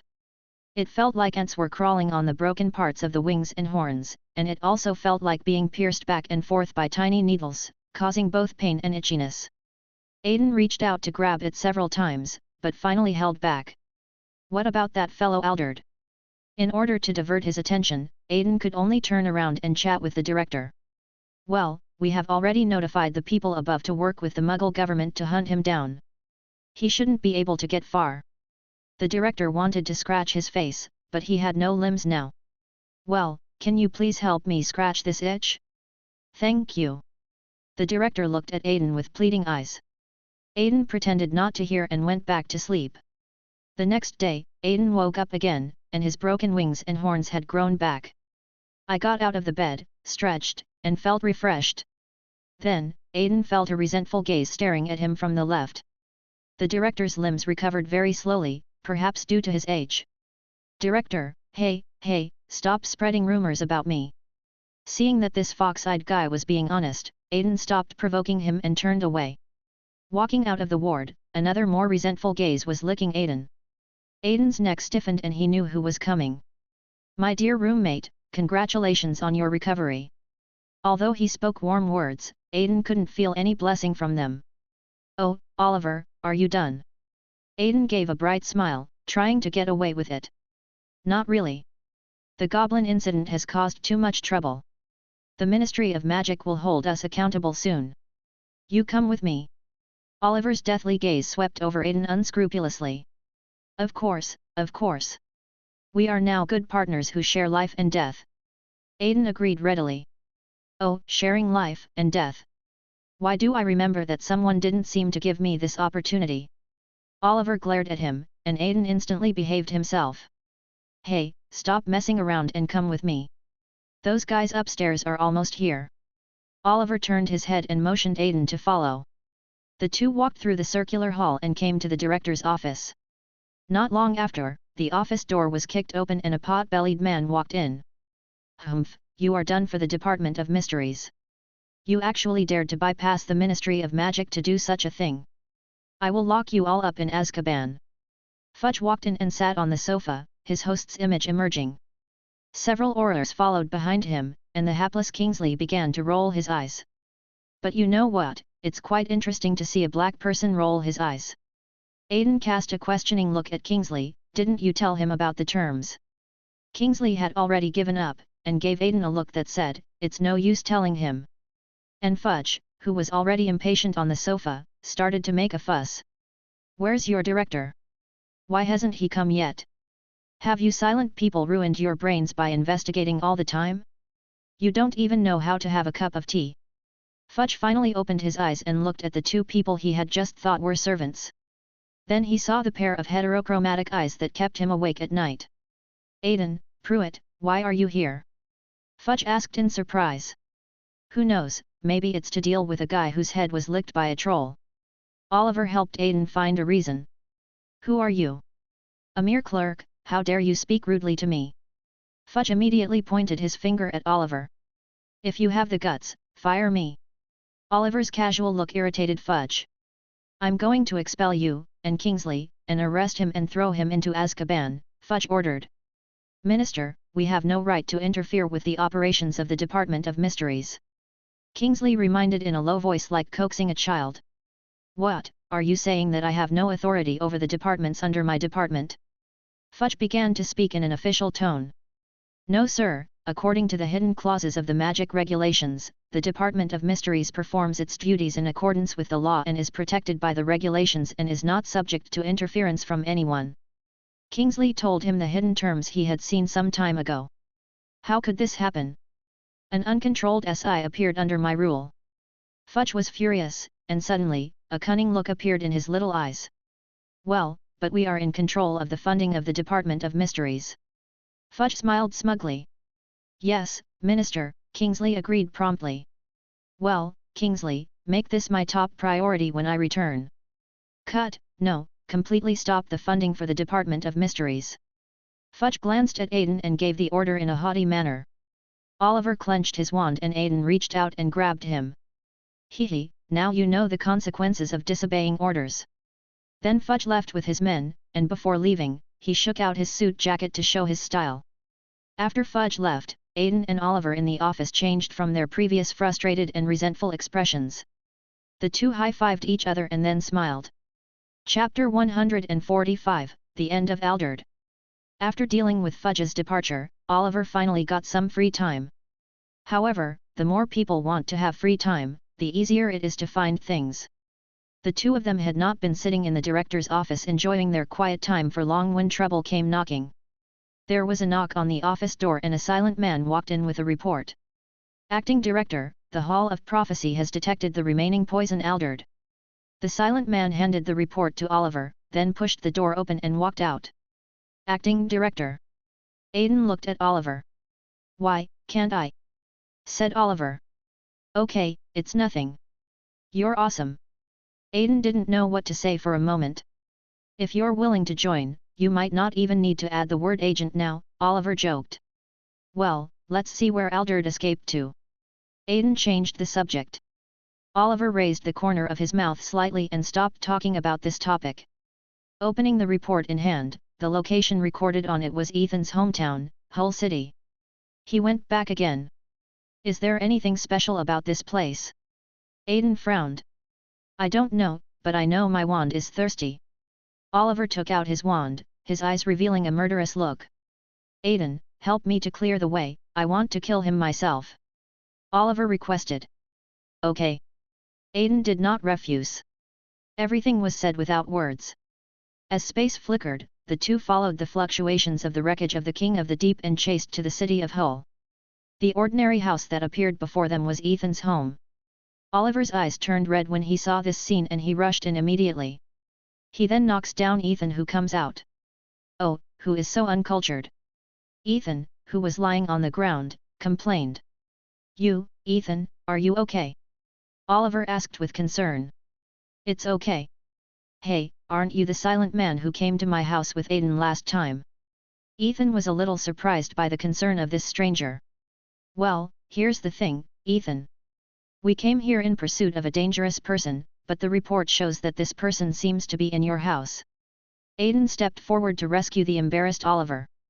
"Ah, dangerous people? No, the only ones who came to my house today were my father's friends." Ethan still didn't quite believe it. "It's okay, Ethan, take us to check it out. If it's not someone dangerous, we'll leave," Aiden suggested. "Okay, come in." Ethan opened the fence for the two of them. Walking into Ethan's house, his mother appears to be out. The furniture in the house was neatly arranged, and it seemed that no fighting had taken place. Then, Ethan led the two to a room deep in the second floor. Pushing open the door, Ethan's father, Bowen Beckett, was bandaging a frail middle-aged man. And that person was Alderd Cassius Locke. Seeing Alderd, Oliver took out his wand, rushed forward and put his wand against Alderd's neck. Bowen was also startled by Oliver's sudden action. "Oh, sir, you are trespassing. I have the right to order you out," Bowen Beckett ordered. "Well, Mr. Beckett, you should know that your friend is a dangerous wanted criminal." Aiden came out to smooth things over. "But Locke is a good man. He has been so outstanding since he was a child and often helps children in the Rust Belt. I wonder if there is some misunderstanding here," Bowen explained tremblingly, even though his excuse was so weak. A good man who sacrificed 2,000 people in Kingsport, or a good man who induced others to fall into depravity?" Oliver roared with red eyes. "Ahem." Alderd, who had the wand against his neck, also woke up. "Don't worry about me, Bowen. I have to deal with all this." Alderd stopped Ethan's father with a weak voice. "But, Locke." Bowen seemed to want to say something. "So, Alderd, do you have anything else to say? I can give you some time to make your last words." Oliver gave Alderd some time for the sake of Ethan's father. "Well, I don't regret what I did. It's you. You wizards shouldn't exist in this world." Alderd struggled to sit up and grabbed Oliver by the collar. "So, let's talk about how you ended up like this, Mr. Locke." There is a charm and hypnosis in Aiden's voice. On the one hand, Aiden wants to give Oliver some buffer time, but on the other hand, he also hopes that Alderd's incident can serve as a warning to everyone present. "Humph, I grew up here, an orphan, and was raised by the Rust Belt. I am also the hope of this place. I was admitted to Oxford with excellent grades and became a member of Parliament. I am fighting for the interests of my fellow Rust Belt people who gave birth to me. What did I do wrong?" Alderd's voice was low at first, but slowly he began to roar. "So, that's the kind of garbage you fell for to satisfy your filthy inner lust for power," Oliver taunted. "You're talking nonsense. How can you wizards who are born with everything understand our suffering?" Veins bulged on Alderd's neck. "So, what's your plan?" In order to prevent the dispute from escalating, Aiden directly used hypnosis on him. Borrowing the power of the Lord, I will make everyone fall into a state of stupidity, so as to achieve the goal of re-regulating and allocating social resources. Alderd laid out his plan in full detail with a dull look on his face. Then everyone will be stupid, and civilization will stagnate, right? Aiden asked curiously. No, the Lord's power is infinite. When we can use his power to reach infinity, then this world will usher in absolute fairness. Alderd's face was full of anticipation. After a snap of his fingers, Alderd also woke up. Silly, you've been brainwashed by those things down there. No wonder I always feel that your behavior doesn't match your experience. Aiden rolled his eyes. How is it possible? How could I be brainwashed? I am 100% sure that this is my ideal. This is. As the Deep Lord's idiotic core was captured by the Department of Mysteries, his power began to be greatly reduced, and many people in the world who were influenced by him began to slowly return to normal. What am I doing? What am I doing? Finally, this poor man escaped from the control of the King of the Deep World and gained a moment of clarity. Now that things have come to this, you still want to pretend to be repentant and evade responsibility, you piece of trash. Oliver started to get angry again. No, this is my sin, I will not escape it. Alderd, who had regained consciousness, began to confess. Oliver, it's true. Give him some time to repent. Aiden said. Thank you. Also, I hid the fragments of the Deep Realm King in the home of the sponsor who supported me in the past. You should have found out the location. There are also many branches of the Council of Attendants hidden there, so be careful. After saying this, Alderd staggered to his feet, knelt on the ground, and finally made the sign of the cross on his chest. Then he looked at Oliver expectantly. When Oliver saw the look of him wishing to die, the anger in his heart gradually subsided. He looked at Alderd with complicated eyes, petrified and shattered to pieces. 2 spells flashed, and Alderd completely disappeared from the world. Oliver fell to the ground as if all his strength had been drained away, his eyes empty. Sent a message to the Department of Mysteries, asking them to pick up their acting head. Aiden once again warned Ethan and his father not to join strange religions. Then began his final work. Chapter 146, The Last Job, Goblins. Aiden operates to a wealthy area of Hull. As expected, there are not many survivors. These rich people have led the entire city of Hull away from reality and towards virtuality through speculation and bribery. They made a fortune in the subsequent financial frenzy, but left this once developed industrial area covered in rust. Now it has ended up like this, which can be regarded as the cycle of cause and effect. Aiden walked into the community and saw twisted limbs crawling on the ground everywhere. Unfortunately, they posed no threat to a dream walker. Passing through the blood-stained streets, Aiden came to the central house, from which the mental disturbances of the entire block came. Aiden raised his staff and blew up the entire mansion with such force that bricks flew everywhere. In the center of the pit, a black egg wrapped in silk thread was hanging in the air. There were also quite a few living people piled at the bottom of the pit, as if they were preparations for the little lives in the eggs. Tisk, wasn't all of it Eden? Aiden clicked his lips. Use normal attack magic to burn all the silk threads around the egg, and the egg falls to the ground and bounces a few times. Aiden stripped the clothes off a random man and turned them into heavy lead cans. Use the levitation spell to lift the egg and place it inside. Then, Aiden disappeared in a flash. Members of the Office for the Prohibition of the Abuse of Magic, who sensed the magical fluctuations, finally arrived at the scene after Aiden had dealt with everything. My Merlin's magic! Looking at the chaotic streets in front of them, the 2 members couldn't help but sigh. By the time Aiden delivered the egg to the Department of Mysteries and came out, all departments of the Ministry of Magic had been working overtime to the point of exploding.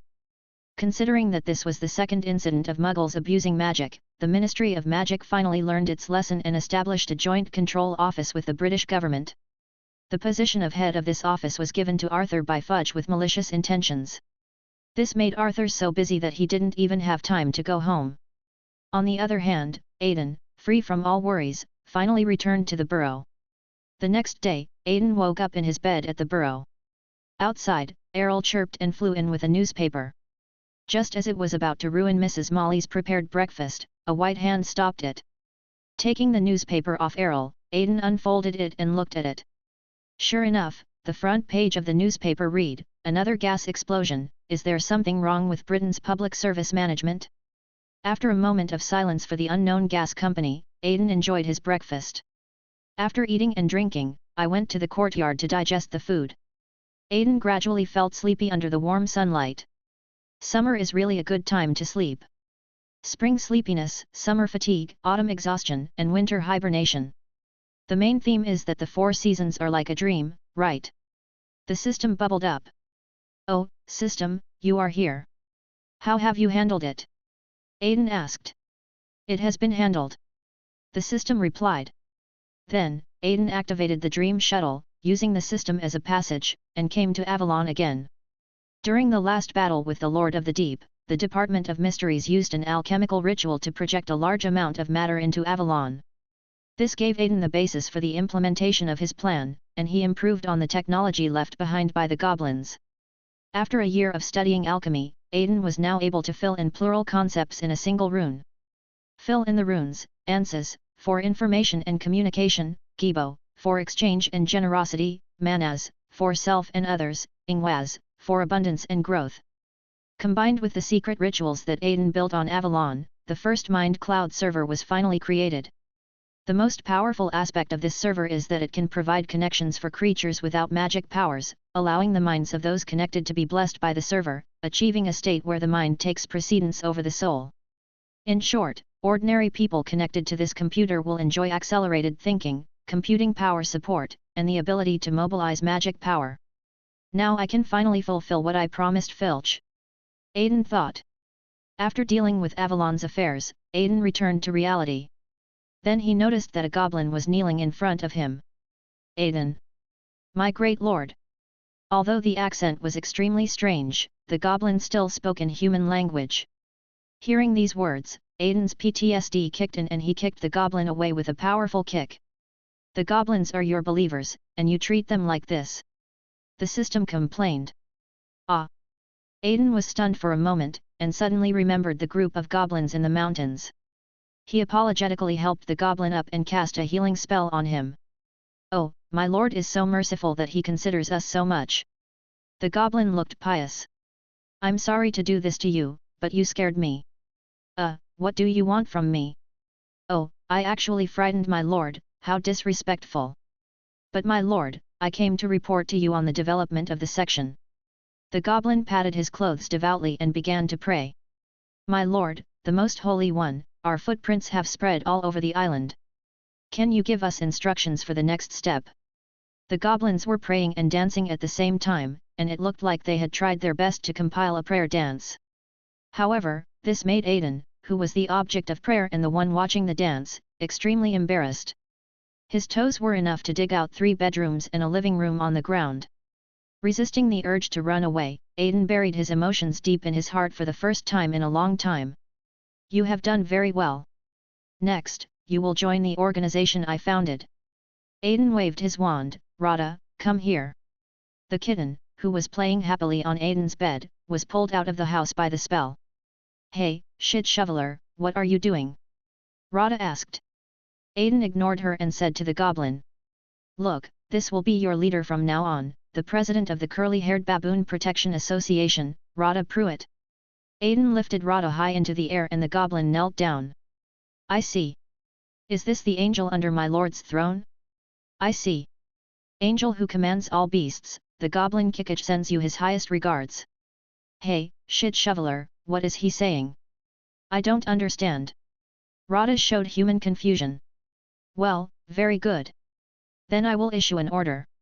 I need you to keep a close eye on an organization known as the Council of Servant." Aidan ordered the goblin. "Your will." The goblin knelt down and then left. "Radha, from now on you will be responsible for connecting with Kikich. His intelligence will be passed to you, and then you will hand it over to me," Aidan said to Radha. 5 dried fish every day." Radha raised his hind paw and scratched his ear. 5 in 3 days. Aidan bargained. "Every day." Radha turned her little head. "No, when your aunt sees how fat you are, she will definitely make you lose weight." Aidan threatened. "Oh, forget it, I'll just take the loss, 2 a day." Radha thought of Mrs. Molly and sighed. The pleasant transaction came to an end after the two people bargained. Chapter 147. Memorial Service, Departure. The next day, Aidan received an invitation from the Department of Mysteries to attend the memorial service. Aidan came to the Ministry of Magic by rubbing his hands against Arthur's fireplace, and after parting with Arthur, he came to the Department of Mysteries. In the hall of the Department of Mysteries, everyone was wearing black suits, and Aidan saw the faces of these unspoken people for the first time. The director was no exception. When he saw Aidan coming, he nodded and motioned for him to sit down. Dumbledore was the last to arrive, and including the outsiders he invited to the memorial service at the Department of Mysteries, there were only two others. The director walked to the middle of the hall and spoke in a hoarse voice. Today, we gather here to remember our fallen comrades. May they have smooth sailing on their journey ahead. The director's hoarse voice echoed in the hall, and he recited the name of each sacrifice at the top of his lungs. The silent people are not silent, and even the bodies of the silent people who died in Avalon cannot be returned. All the remaining people can do is just remember their names. Aidan didn't listen to the rest of the statement as he fell into a trance. In confusion, Aidan felt someone touch his shoulder. Turning back, it was Dumbledore. Don't be too sad. I believe these unspoken are ready to embark on new adventures. Dumbledore comforted. But Professor, they didn't leave anything behind, and I didn't get to know any of them. These people who should have been surrounded by flowers and praises just disappeared in obscurity. Aidan was a little depressed. So this is the meaning of the existence of the Silent Slate. One day, when we defeat the enemy, the people recorded on the slate will receive the honor they deserve. A hint of nostalgia appeared in Dumbledore's eyes. But it's too late, Professor. Aidan waved his hand and turned away. Some time had passed since the memorial service at the Department of Mysteries, and Arthur's hard work finally paid off. Haha, kids, I got a raise. Arthur rushed into the room happily and hugged Mrs. Molly.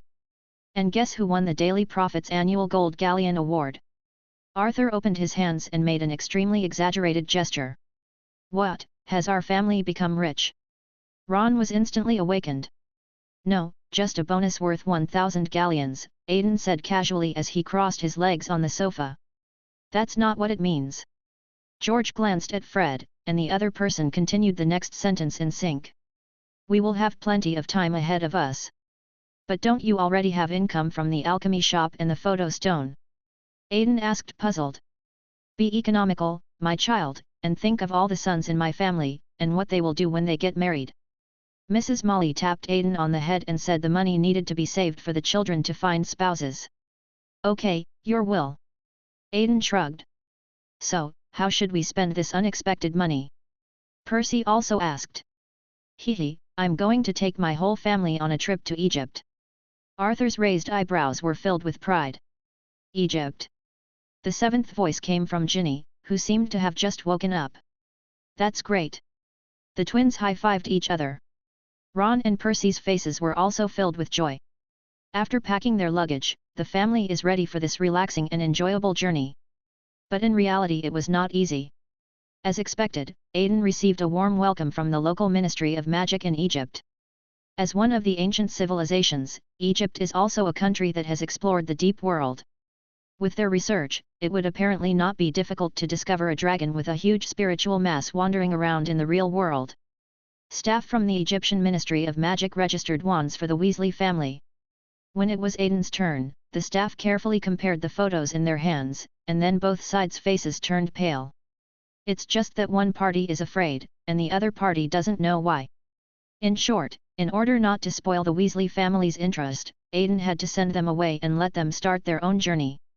Following the notification from the Foreign Affairs Department of the Egyptian Ministry of Magic, another staff member rushed over. Aidan, accompanied by this staff member, went to visit the Egyptian Ministry of Magic.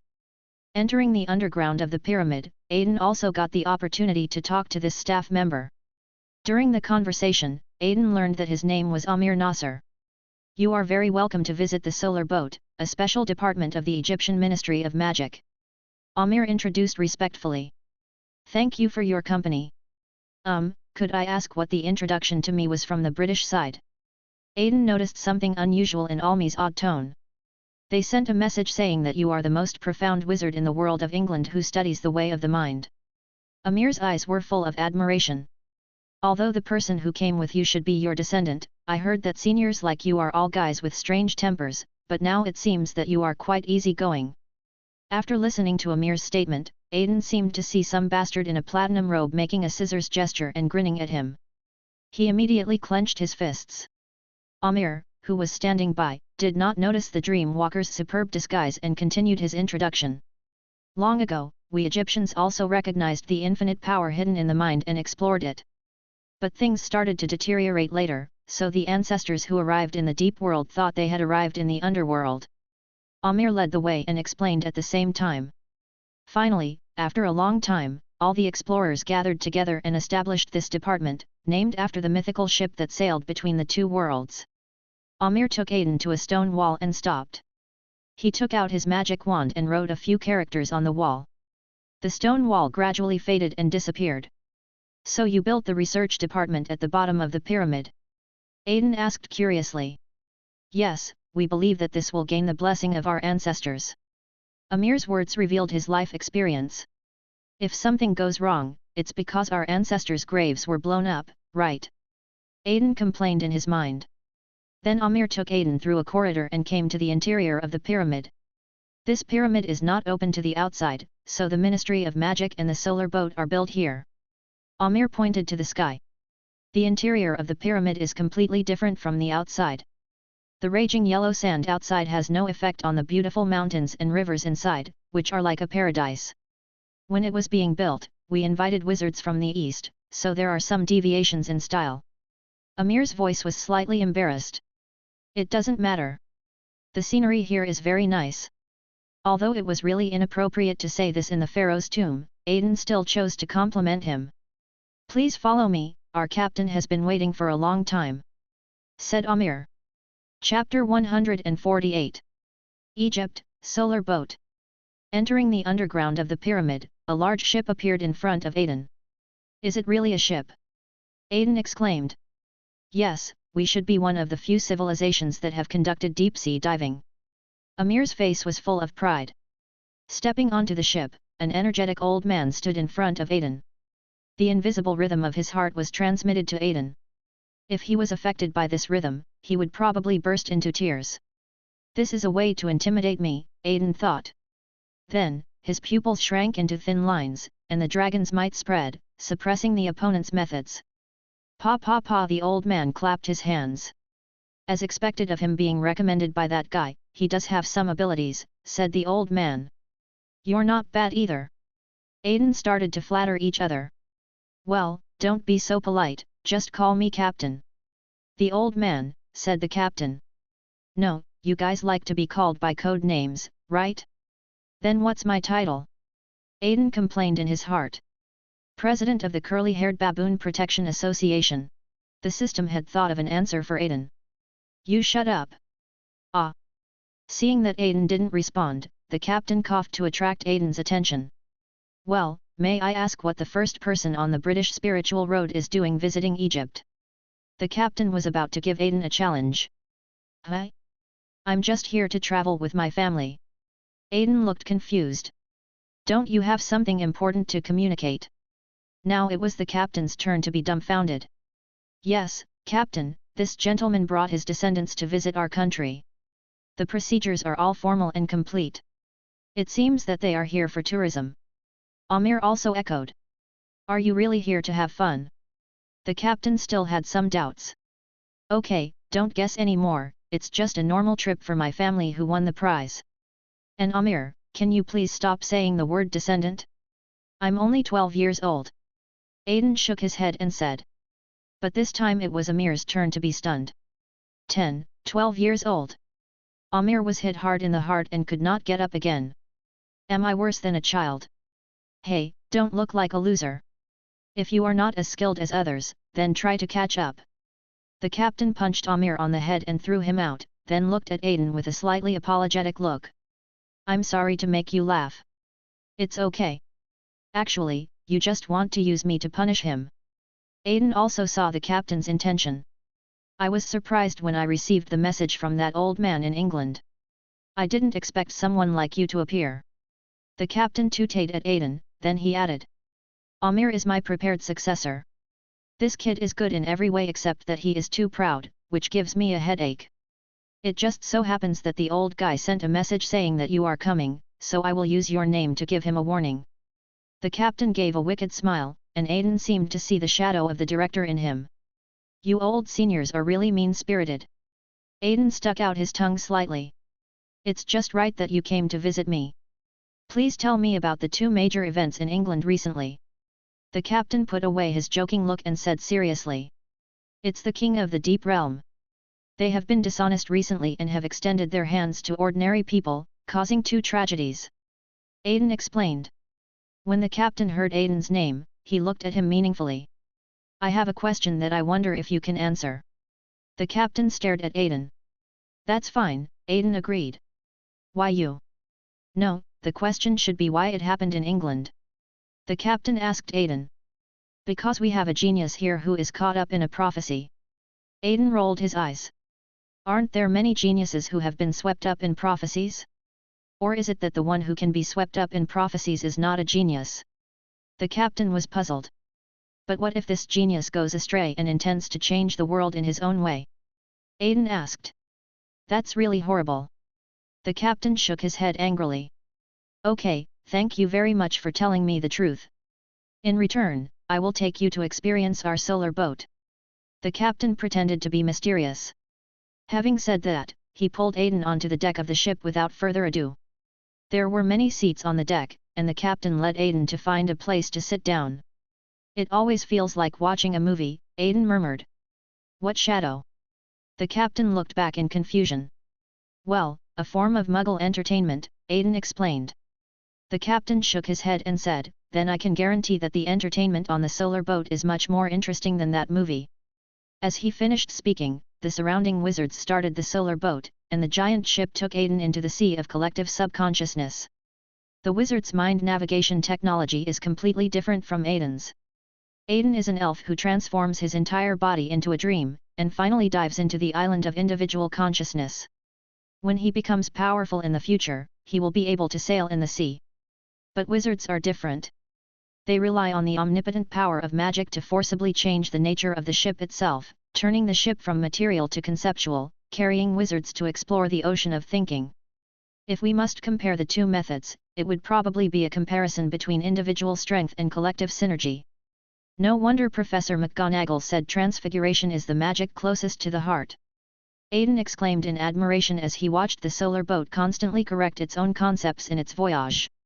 Not only that, the materials of this ship itself are also extremely rare. Said the captain. Oh, what material is it? Aiden asked curiously. Wizard. The word flowed out of the captain's mouth, and the surroundings became extremely cold. Aiden took out his wand and prepared for battle. Ha, I guess you're scared. The captain's tone changed. This familiar bastard feeling, are you the one typing this? You're the one typing this. The main body of this ship is made possible thanks to the wizards who sacrificed their lives in the past. They dedicated their souls and bodies to this ship. It took many years to create this miracle. The captain's tone was full of admiration for his predecessors, and Aiden put away his wand. After a while, the ship arrived at its destination, the second layer of the abyss, the Sea of Embers. This deep world was turbulent some time ago, but I don't know why it has suddenly become calm recently. Do you have any clue? Asked the captain. Well, maybe it's because human thinking has been liberated and the power of stupidity has greatly declined. Aiden was talking nonsense. Hi, cunning boy. The captain snorted and didn't ask any more questions. The boat started moving again and the surrounding reefs were smashed by the boat. Isn't this a wooden product? How could it just be run over? Aiden said in disbelief. No, the structure of this ship has been changed, so strictly speaking it is no longer a wooden product, the director corrected. The solar boat carried a group of people sailing on the second layer of the deep world. Along the way, Aiden observed many scenes that he had never seen in the human world, and also gained new insights into the environment of the deep world. No wonder the Egyptians were so profound in their exploration of the soul. Aiden touched the railing of the boat. All countries that can become ancient civilizations are like this. The captain raised his eyebrows with pride on his face.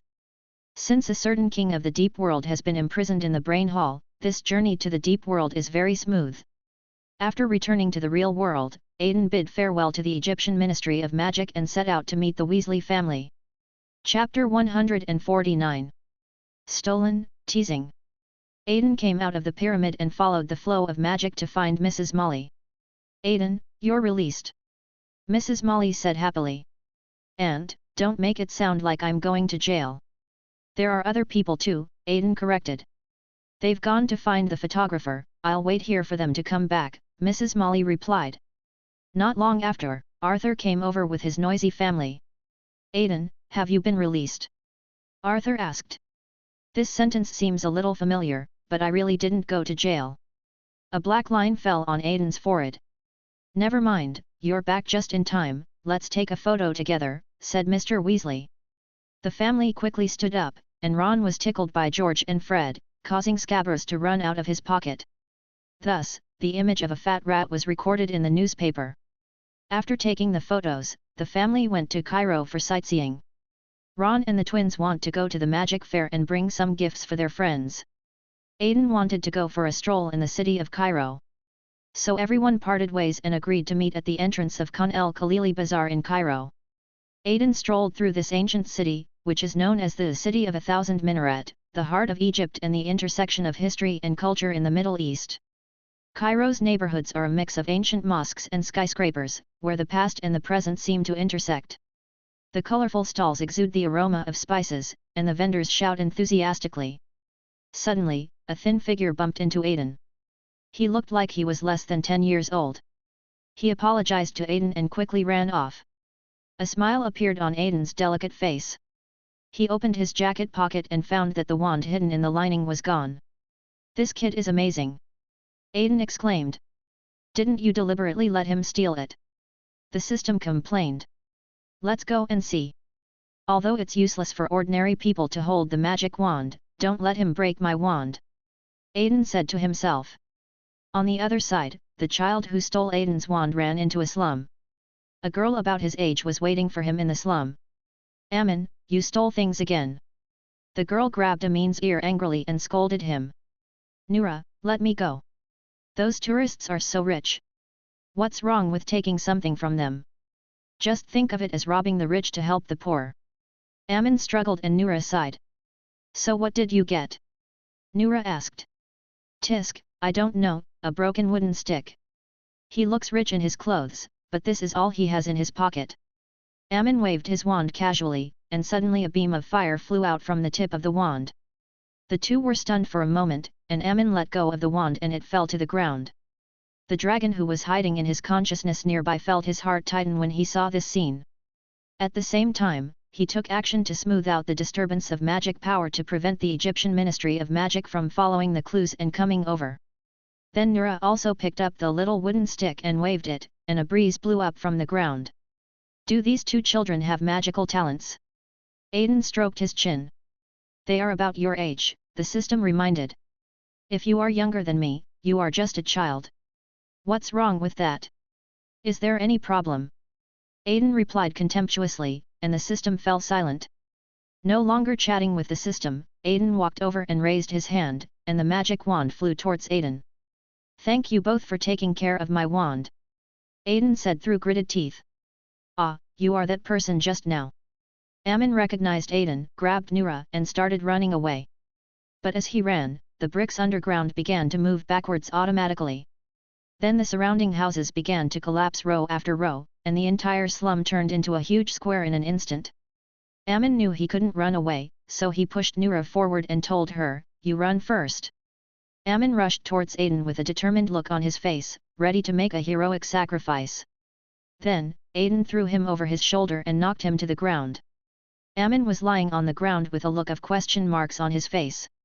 Seeing him like this, Aiden also laughed out loud. Seeing that Aiden was not in danger, Noura also came over. Great priest, please forgive our ignorance. If you must bring down the disaster, I am willing to bear it on his behalf. Noura prayed to Aiden. No, it's my fault. Punish me if you want. Amin struggled to get up and pulled Noura behind him. Boy, do you like her? Aiden raised his eyebrows. No. No, I am. Ammon became incoherent. Master Priest, I am willing to give everything as long as you are willing to let Ammon go. Nurul looked sincere. As expected of a street kid, if Aiden couldn't easily tell what the two were thinking, he would have been deceived. Well, I'll take your life. Aiden put his hand through Nura's chest and took the heart out. Nura! You bastard, I'm going to fight you. Ammon rushed towards Aiden with all his strength. Then Aiden cast a spell through his chest and he fell into darkness. Ammon, Ammon! In the endless darkness, Ammon felt someone calling him. Ammon struggled to open his eyes, and Nura's face appeared in front of him, and they were still there. Ammon stretched out his hands, hugged Nura and burst into tears. Hey, come quickly, someone is bullying a kid. The system also added a voiceover for this scene. You shut up. Okay, Ammon is fine. Nura patted Amin's back gently. Then, with tearful eyes, Ammon saw Aiden sitting on the box. He stood up suddenly and looked at Aiden with hostility. You evil priest, what on earth do you want to do? Ammon shouted. Hee, of course I'm going to eat the kid who stole the food. Aiden smiled evilly. However, the asshole vibe that emanated from him seemed familiar. Okay, Mr. Pewit, stop bullying Ammon. Nura grabbed Ammon and said. Hee, but this brat stole my wand first and then threw it on the ground. You know I usually hardly take care of it, Aiden accused. Seeing the two people who were so familiar with each other, Ammon was very confused. Nura, when did you become so familiar with that pretty boy? Ammon said. Little white face. Aiden looked at Ammon viciously, but he had just woken up and felt embarrassed to knock him unconscious again. Ammon, this is Mr. Aiden Pruitt, a wizard. We talked when you were unconscious just now. Mr. Pruitt also told me that we are also wizards. Nura explained. Wizard, but aren't we just two ordinary kids from the slums? Ammon asked back. Think about it, have you ever experienced something that cannot be explained by common sense when you were in an extreme emotional state? Aiden's words brought Ammon back to the past. He remembered that once when he was stealing, all the people who tried to stop him suddenly flew away. I thought I was the one who pushed them apart. Ammon muttered. Okay, I won't waste time talking to you. I'm going to notify the Ministry of Magic to come and pick you up. It's easy for something to get into trouble if two little wizards are left in a place like this. Aiden said. Then, Aiden raised his wand and fired a distress flare into the sky. Not long after the flare was fired, a team of Aurors arrived at the scene. What's going on? The leading wizard looked at Aiden who was holding a magic wand. Ma'am, I'm an outside wizard. When I was traveling, I found these two little wizards living in the slums. It seems that they have not yet entered the magical world. Aiden said. After hearing his words, the leading Auror looked at Ammon and Nura, confirmed that there were fluctuations of magical power on them, and nodded. The people in the office for the prohibition of the improper use of magic have been really slack lately, allowing young wizards to live in the slums. The Auror complained. Then she turned around, thanked Aiden, and left with the two little wizards. Chapter 150. Return, Surprise. Arrive at Khan el Khalili Bazaar to meet up with family members. Mr. Arthur's hands were already filled with bags, but Mrs. Molly was still carrying them, as if she was ready to buy the whole stall. Aiden randomly picked up some small accessories with local characteristics and prepared to give them to everyone as gifts when he returned. Of course, Aiden will modify these gifts so that they have the effect of magic amulets, and then deceive his friends that every plant and tree on this land has magic power. When he thought of this plan, the shadow of the devil kept appearing on Aiden's body. Finally, the happy journey to Egypt came to an end with Arthur's hard work. On the way back, Aiden asked. Uncle, why don't you use the box of the traceless extension spell? I should have reserved a lot for you. Then the whole car fell into silence, and the twins and Ron looked at each other. Ginny and Percy also bowed their heads. Mrs. Molly looked at Arthur with an expression that seemed to say, you decide for yourself. Which one, Aiden, due to local customs, which boxes? Mr. Arthur's face showed a rare look of embarrassment. Because your uncle performed a collection magic in front of Muggles, the boxes of the traceless extension charm were confiscated. Seeing Arthur squeaking and whimpering, Mrs. Molly put her hands on her hips and quickly revealed Arthur's past. All. Aiden asked in surprise. All of them, because your genius uncle put the boxes together like nesting dolls, so if one is taken away, all of them are ruined. Mrs. Molly spread her hands. Haha, this will really make a lot of money for the Egyptian Ministry of Magic. Aiden understood Arthur's embarrassment and simply smoothed things over for him. That's right, Arthur agreed. Mrs. Molly gave Arthur a glare and he quieted down. After a while, Arthur parked the car steadily beside the burrow and returned to his home after a long absence. Aiden suddenly felt that everything he saw was pleasing to the eye. Maybe this is the case that no place like home is better than your own, Aiden sighed softly. Doghouse, do you want to get a dog, but you already have Lotta? Ron said. The kitten, who had been left alone at home for a week, was now looking at Aiden with a resentful look. You know what I'm saying. Aiden smiled and explained to Radha. Lotta turned her head away proudly and ignored Aiden. After returning home, Aiden began to sort out what he had seen and heard in the second layer of the deep world. Why is it that relatively less powerful wizards can easily explore the depths of the mind? So, host, which one do you think is stronger, the collective power or the individual power? The system asked. Of course it's collective.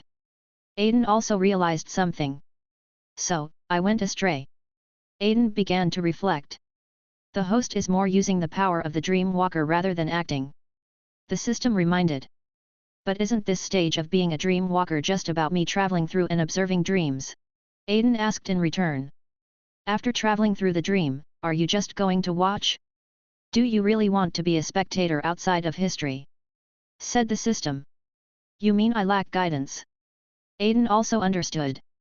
Boy, you are not that stupid. The Mind Cloud server project is doing very well. Once this project is officially put into use, your acting progress will soar. The system dived after saying this, leaving Aiden alone to think. The next day, Arthur She sent a letter to Aiden, inviting him to visit the Greengrass family. After greeting Mrs. Molly, Aiden was taken to the Greengrass family's castle by Xiao Te. It was Arthuri who came to greet Aiden, and it seemed that the others were not here. Aiden, I'm going to take you to see something good. Arthur Sai said mysteriously. Arthur She pulled Aiden to a basement. She walked in first, and Aiden followed closely behind. He pulled out his wand and used a flash spell to illuminate the dark basement. There was a strong smell of steel all around, and it was obviously an arms room. Every wall of the basement was filled with guns, and there was even a tank in the middle. Athisi exuded a sense of pride, as if to say, Davarich, look, Babisha. Arthuri, where did you get these things? Aiden was stunned. Didn't a Muggle country disintegrate before? Recently, the market has been full of their people selling these. I bought it from a wizard from the Russian Federation. Arthur raised his eyebrows proudly. But, Arthuri, it is illegal to possess these things. Aiden's surprise finally broke out today. Didn't you tell me that it would be fine as long as the ownership is not in your hands? Arthuri thought Aiden was making a fuss out of nothing. Oops, I'm on the road. Aiden was speechless. Okay, forget about that. Help me modify these weapons. Muggle stuff is useless. This thing called bullets will be used up very quickly. Arthuri muttered. No, Arthursai, what on earth do you want to do with so many arms? Aiden was a little confused. For the purpose of arming, let me tell you, I have developed a group of subordinates among the Muggles. Now, I have controlled a big gang in London through arms to work for me. Arthur She looked excited. Great, if you give this girl some time, she will be able to help you sit on the throne of England, the system exclaimed. That's not the problem. Her mobility is too high. How can I put the brakes on her? Aiden asked the system. Why put on the brakes? Why not let these gangsters be your experimental subjects? The system suggested. Well, it seems that what you said is feasible. Aiden suddenly realized. So? Fuck. Aiden had a plan in mind and said to Arthur. Well, Arthur Sai did a great job, but we don't need these weapons anymore, Aiden explained. Why? Why not arm those Muggles? There was confusion in Arthur She's voice. Well, it's like this. During the Goblin incident, thanks to the Goblin's dedication, my research has made a little progress. Aiden raised his hand and rubbed his thumb and index finger together. So? Arthur tilted his head. So, we probably now have the technology to turn ordinary people into wizards. Aiden dropped the bombshell. In our hands. Arthur, she was so shocked that she was incoherent, and Aiden nodded seriously. The next moment, Arthur Sai regained her composure thanks to the mind reader's ability. In this way, my previous plan will be overturned. Arthur I held his chin and thought. May I have the honor of knowing your plan? Aiden asked cautiously. I originally planned to manufacture guns with unlimited ammunition to arm the gangs and then control the grey business. We will raise a lot of Muggle funds to bribe their politicians, and finally make the policies lean towards us, and start top-down reforms. Arthur laid out his plan in full, and Aiden swallowed. Now that you already have this technology, I'd better follow your arrangements, said Arthur Sai. How about this? Our plan will proceed on 2 tracks, and you should not stop there either. At the same time, I will hand over a team of dark wizards in Diagon Alley to you, who will be responsible for your safety and also for teaching the Transformers magic. At the same time, make some minor revisions to your plan, bribe politicians and induce them to convert, and when everything is completed, start the magic transformation of the entire population. After listening, Arthur nodded. Just like that, a plan that changed the development of the world was finalized under the indifferent gaze of the 2 audience members.